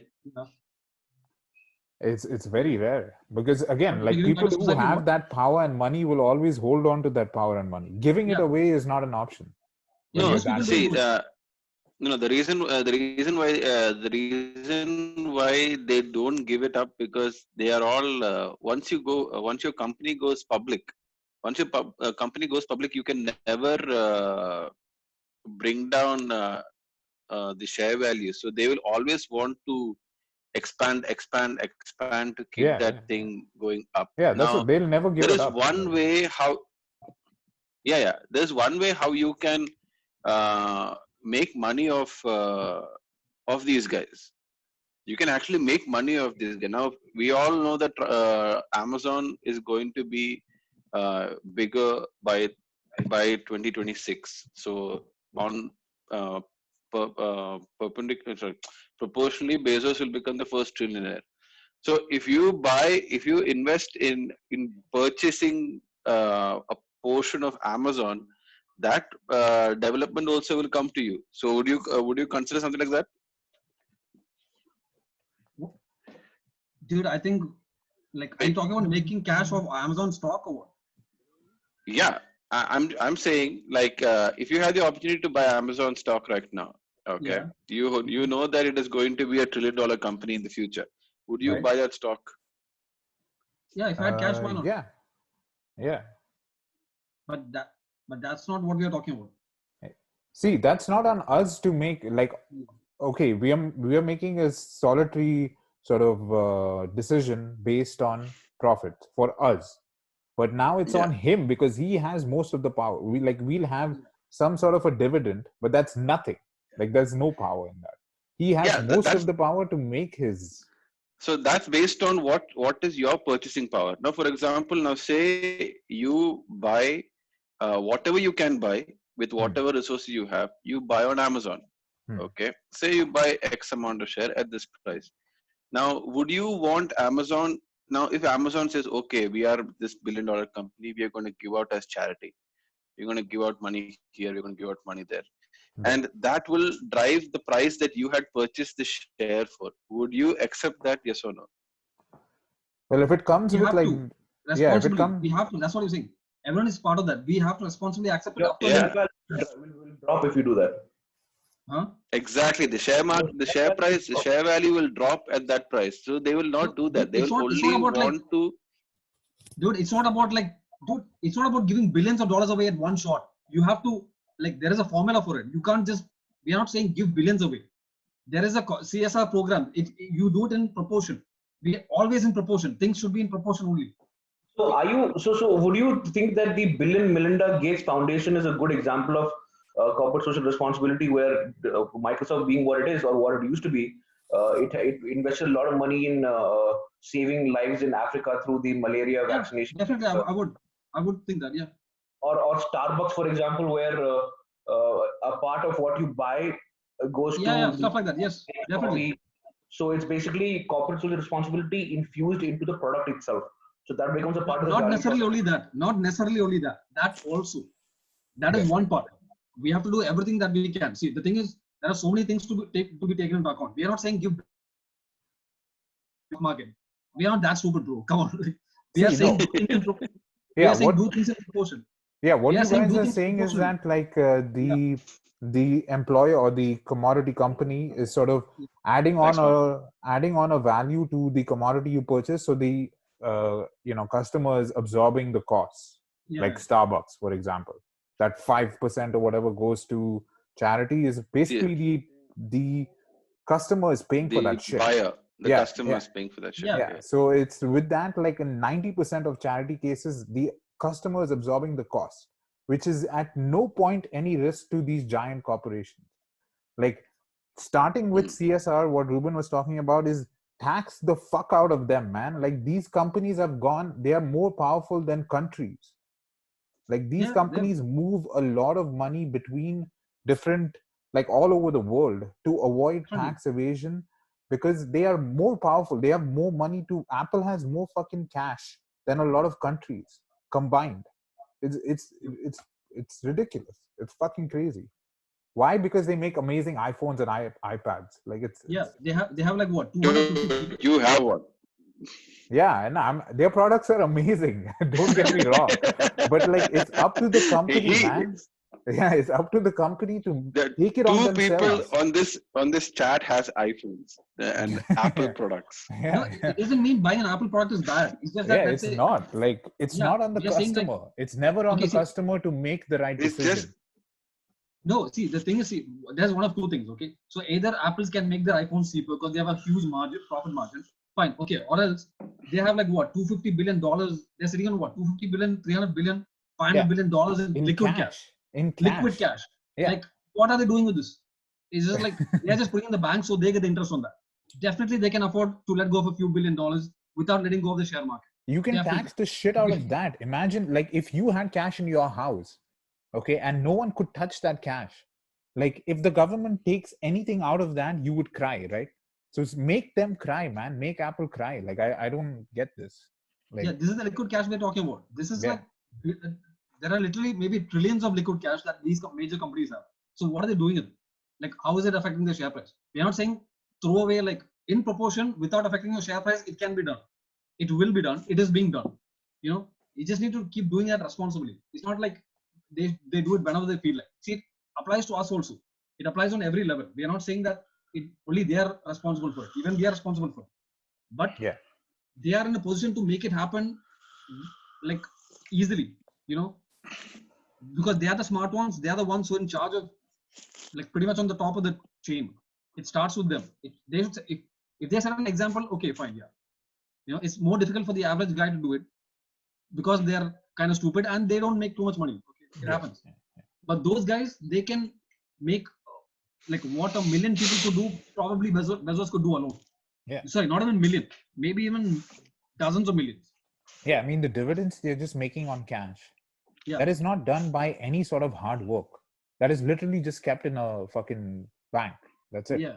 Like, people are not like producing anything of any worth for it to be quantified into money. That's just money kept there, and it's just accruing dividend on top of that. No, that money kept there is based on the profits earned, right? So that is basically trading. That's fine, yeah. But so again, money, they've gone through. Yeah, they.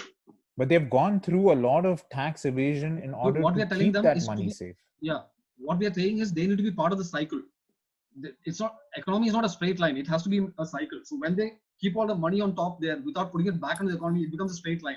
They need to make it back in the circle, put it back in the economy in one way. Okay, make more research centers, make more schools or whatever. I don't know.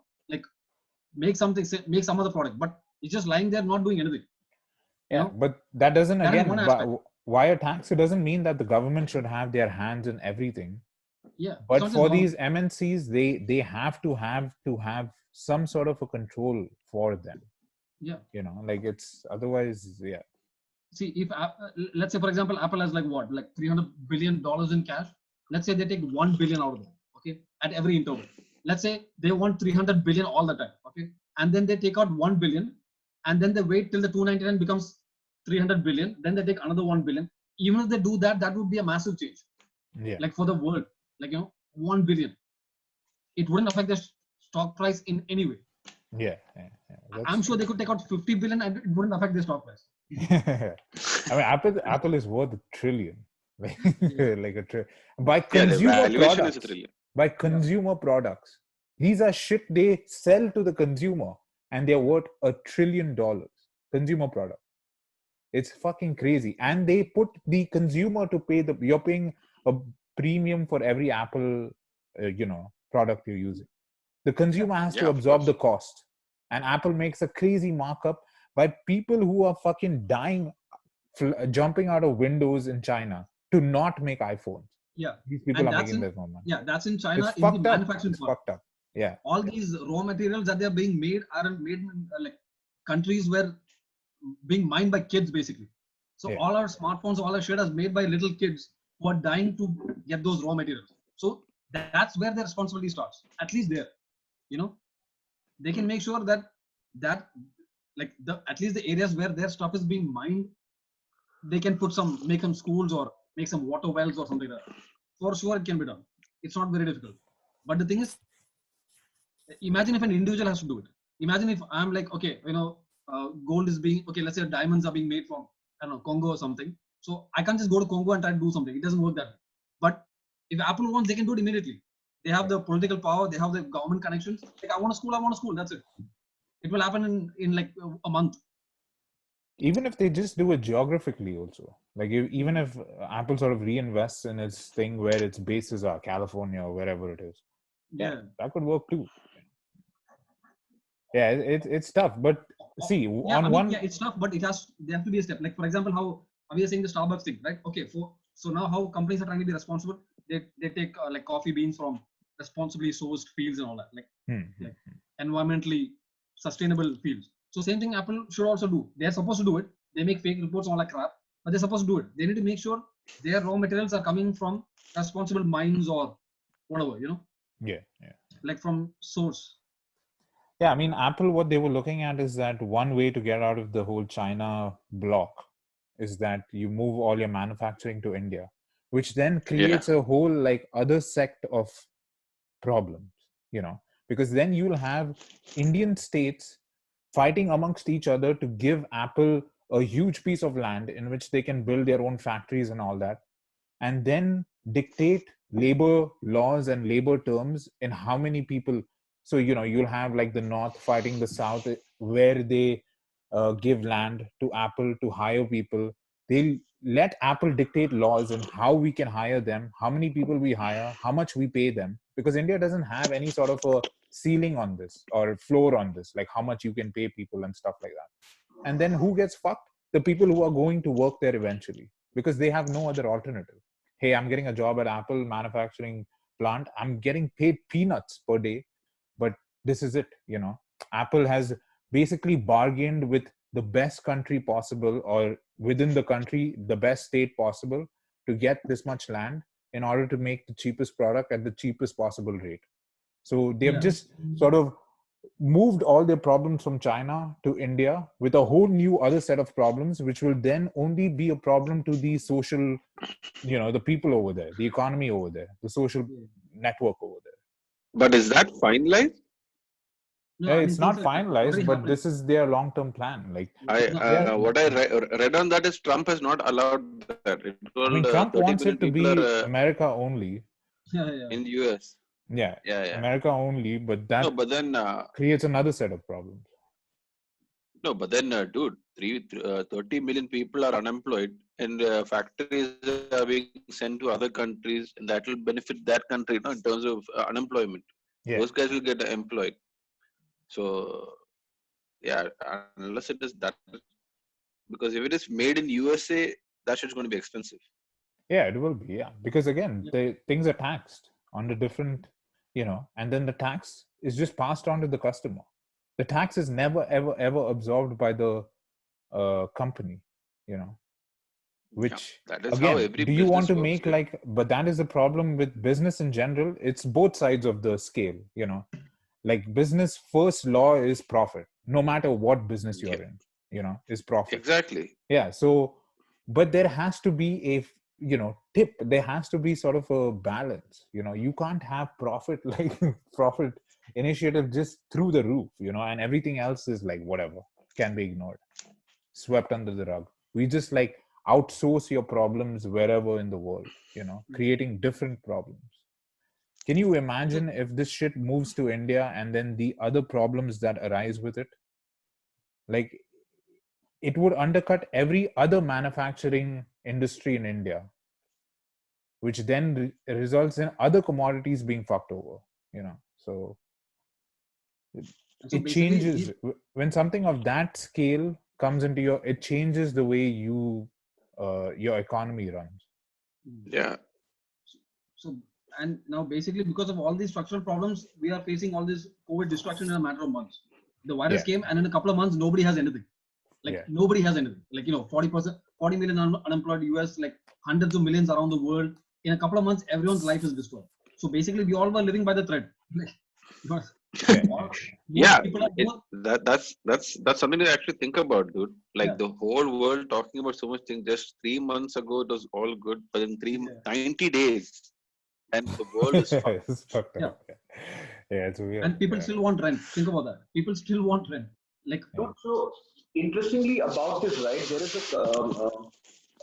There is a Dutch company that made this pod sort of thing where you can grow your own vegetables in your own home to consume, right?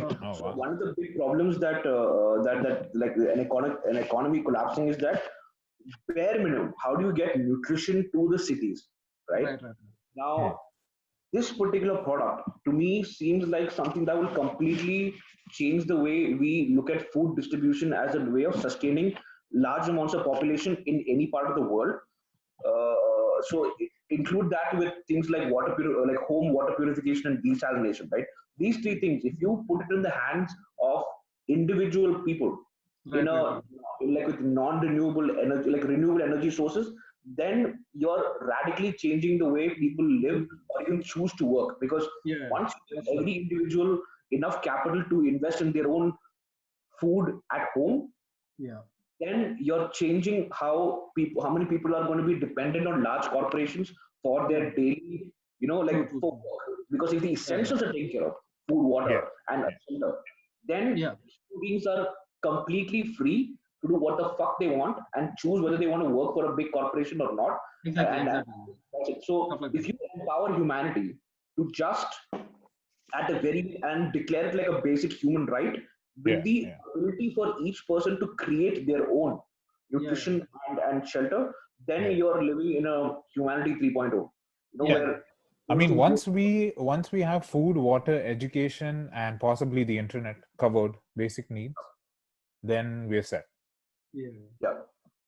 So that's one good thing. Like people like Musk and all they're doing. Like in his master plan, what he wants is he wants a home with solar tiles that makes energy for you.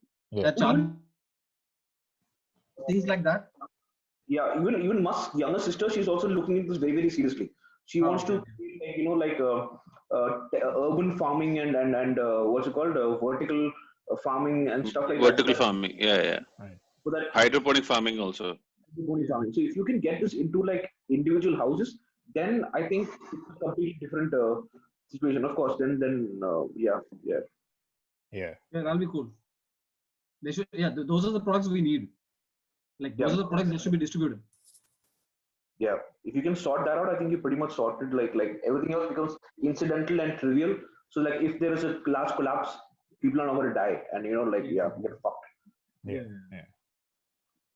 No, but in this present scenario, electricity, food is the only criteria that has been attacked. But houses, how would you resolve the housing issue? No, first we need to resolve the first major one is food and water for sure. once we make sure people are not dying, because like a crazy amount of people are dying in the world without food and water. So, Okay. so we need to go by step. First, make sure everyone is alive. Like, then we slowly get energy and housing and all for them. It's a mad amount. It's like like millions of people, like a billion plus people don't have access to food and water. And out of that, a large number are dying every day in India and in Africa and other countries also, every country. Yeah. Like homeless people, whatever. Like, it's crazy. What is the Dutch company name that you were saying, Abhi? Wait, I posted it on my wall. One second. I'll send you the link.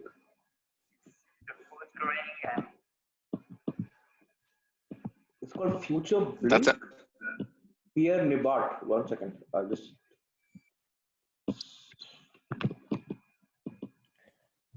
Have you guys heard of this podcast called Freakonomics? Freakonomics. No, okay, not the podcast. I've read the book. Oh, the old book. Yeah, there's a podcast. It's called Oh, okay, Freakonomics. okay. Oh, nice. It's based on the book only. It's basically like all how everything is sort of interconnected, and it's this giant web where if one string, if you pull, it could affect some other strings somewhere in the world. Like, it's fucked up. Those guys are mad. Those guys are mad awesome. Yeah. Like the shit they research into is crazy. Yeah. Like, I have the second book also. I didn't read it though. It's called Super Freakonomics. Yeah. Well, one of the episodes of this Freakonomics was based on. The third one. I got the third one. It's called Think Like a Freak. Oh, nice. I didn't read it. I need to read it. Nice. But these guys are amazing. Yeah. One of the podcast episodes, it was on, capitalism versus socialism, just on like two abstract sort of economic thoughts. Ideas. But then there are like the spectrum of capitalism, like unchecked capitalism on one end, and then like interference with the government on the other end, capitalism. And then socialism again. One is communism, straight up China, like, they dictate everything, all the way to like a mixed economy like India. So what is the best balance, And one thing what they sort of came down to is that capitalism drives innovation, which drives capitalism. Like, it's a vicious cycle of that. But the other one is that, socialism or mixed economies, you don't find as much innovation going on in there as the capitalistic societies. But you also don't have people who are like, just left dead. There are different like reasons as to why people are left for dead. But like in the developed countries, like, Sweden, Norway and all, you have a floor and you have a ceiling, and essentially like, the society is taken care of in different sort of ways, but you don't have like, giant sort of company, multi-conglomerate MNCs over there, which make it like really, really big at the cost of others. So it's pretty fascinating. Like, what would be the best, like if you started a country today, what would be the best approach to your economy? The one who very beautifully kind of explained what social system actually works happens to be George Soros. Despite everything that he's done in the world, he's left a great analogy, which is that the system is like a wrecking ball pendulum, where like one side swings, breaks shit, and then it will automatically balance it out and then swing the other way and break shit and then swing back again. So you'll always need this constant recycling between capitalism to some socialism to some communism, then go back in the middle again and then go back again, and then until you get, and you're never going to get the perfect balance. To do this dynamic system that keeps refreshing itself with a lot of like strife. Yeah, that's a good one. That's cool. Yeah, that's a good analogy. Like, there is no right answer. It's really hard, especially when the scale is so big. There's 7-8 billion of us. It's impossible to like standardize an economy when there's so many of us. Maybe when we were in the medieval times, it could have been incorporated then, and would have evolved into a different entity today. But back then, it was totally different. So Yeah. yeah, So it's tough. It's a hard thing. Like Yeah. I don't know where we sort of go on from here, but there's never going to be a solution, dude. There's never going to. It's always going to be this constant struggle between one side and the other. There's never going to be one.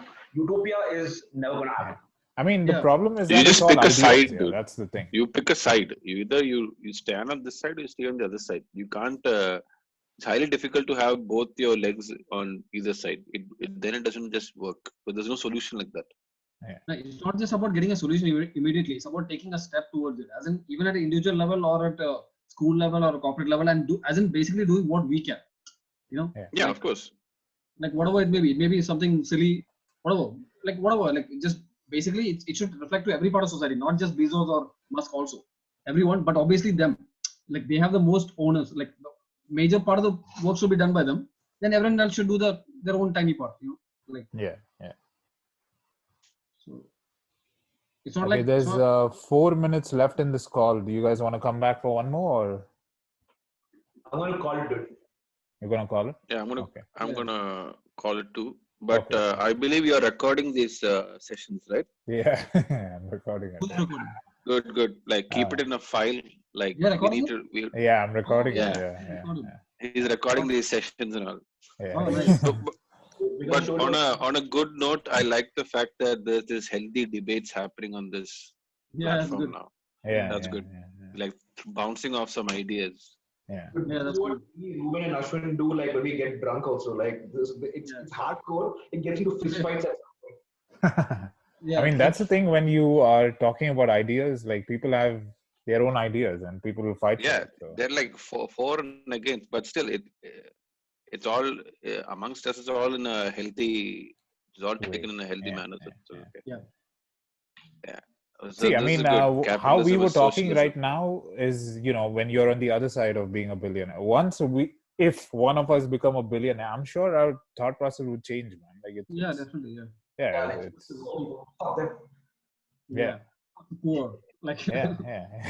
But it's dude. If I It's was a not. billionaire, even I would want to go to Mars and set up my own Definitely, fucking definitely. space colony and shit like that. Fuck yeah, of course. I mean, you guys could, dude. Definitely. Yeah. No, bro. He- We are too stupid for that. Nah. You become a billionaire. man. I You become a Dude, I billionaire, but just completely- don't forget us. No, bro. We'll be your entourage.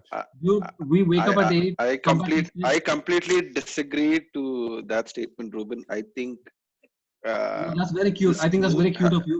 You're gonna wake up at 8. You're gonna come back at 6. You're gonna eat your food and you're gonna go back to sleep. Then you'll wake up at 8 again. All right? this is what we have been programmed to do. Not just you, all of us. Yeah. I'm not that hardworking to become a billionaire. So if Yeah, that's you what we do, yeah. if you do become one, don't forget us. We'll just Yeah. tag along. I don't want to be a billionaire. I just want to be average. I just Yeah. want to be average dude, making average shit. I want to be the entourage to the billionaire. I don't want to be the billionaire. So, We are the friends you hang out with when you're a billionaire. Okay, that's it. yeah. yeah. Yeah. Even a billionaire needs friends, man, or he'll be lonely. Yeah. Unless you're like Bruce Wayne or something, you just need Ego in check. Alfred. Yeah. Need a Alfred. butler. Yeah, that's it. Alfred and Robin. That's two people you need. Yeah. Did you guys watch Parasite, by the way? No, No. I downloaded it. I still haven't Oh watched it. man, you got to, because that movie is on the class system. You have to nice. fucking watch it. Oh, Like nice, nice. Yeah. Parasite, yeah.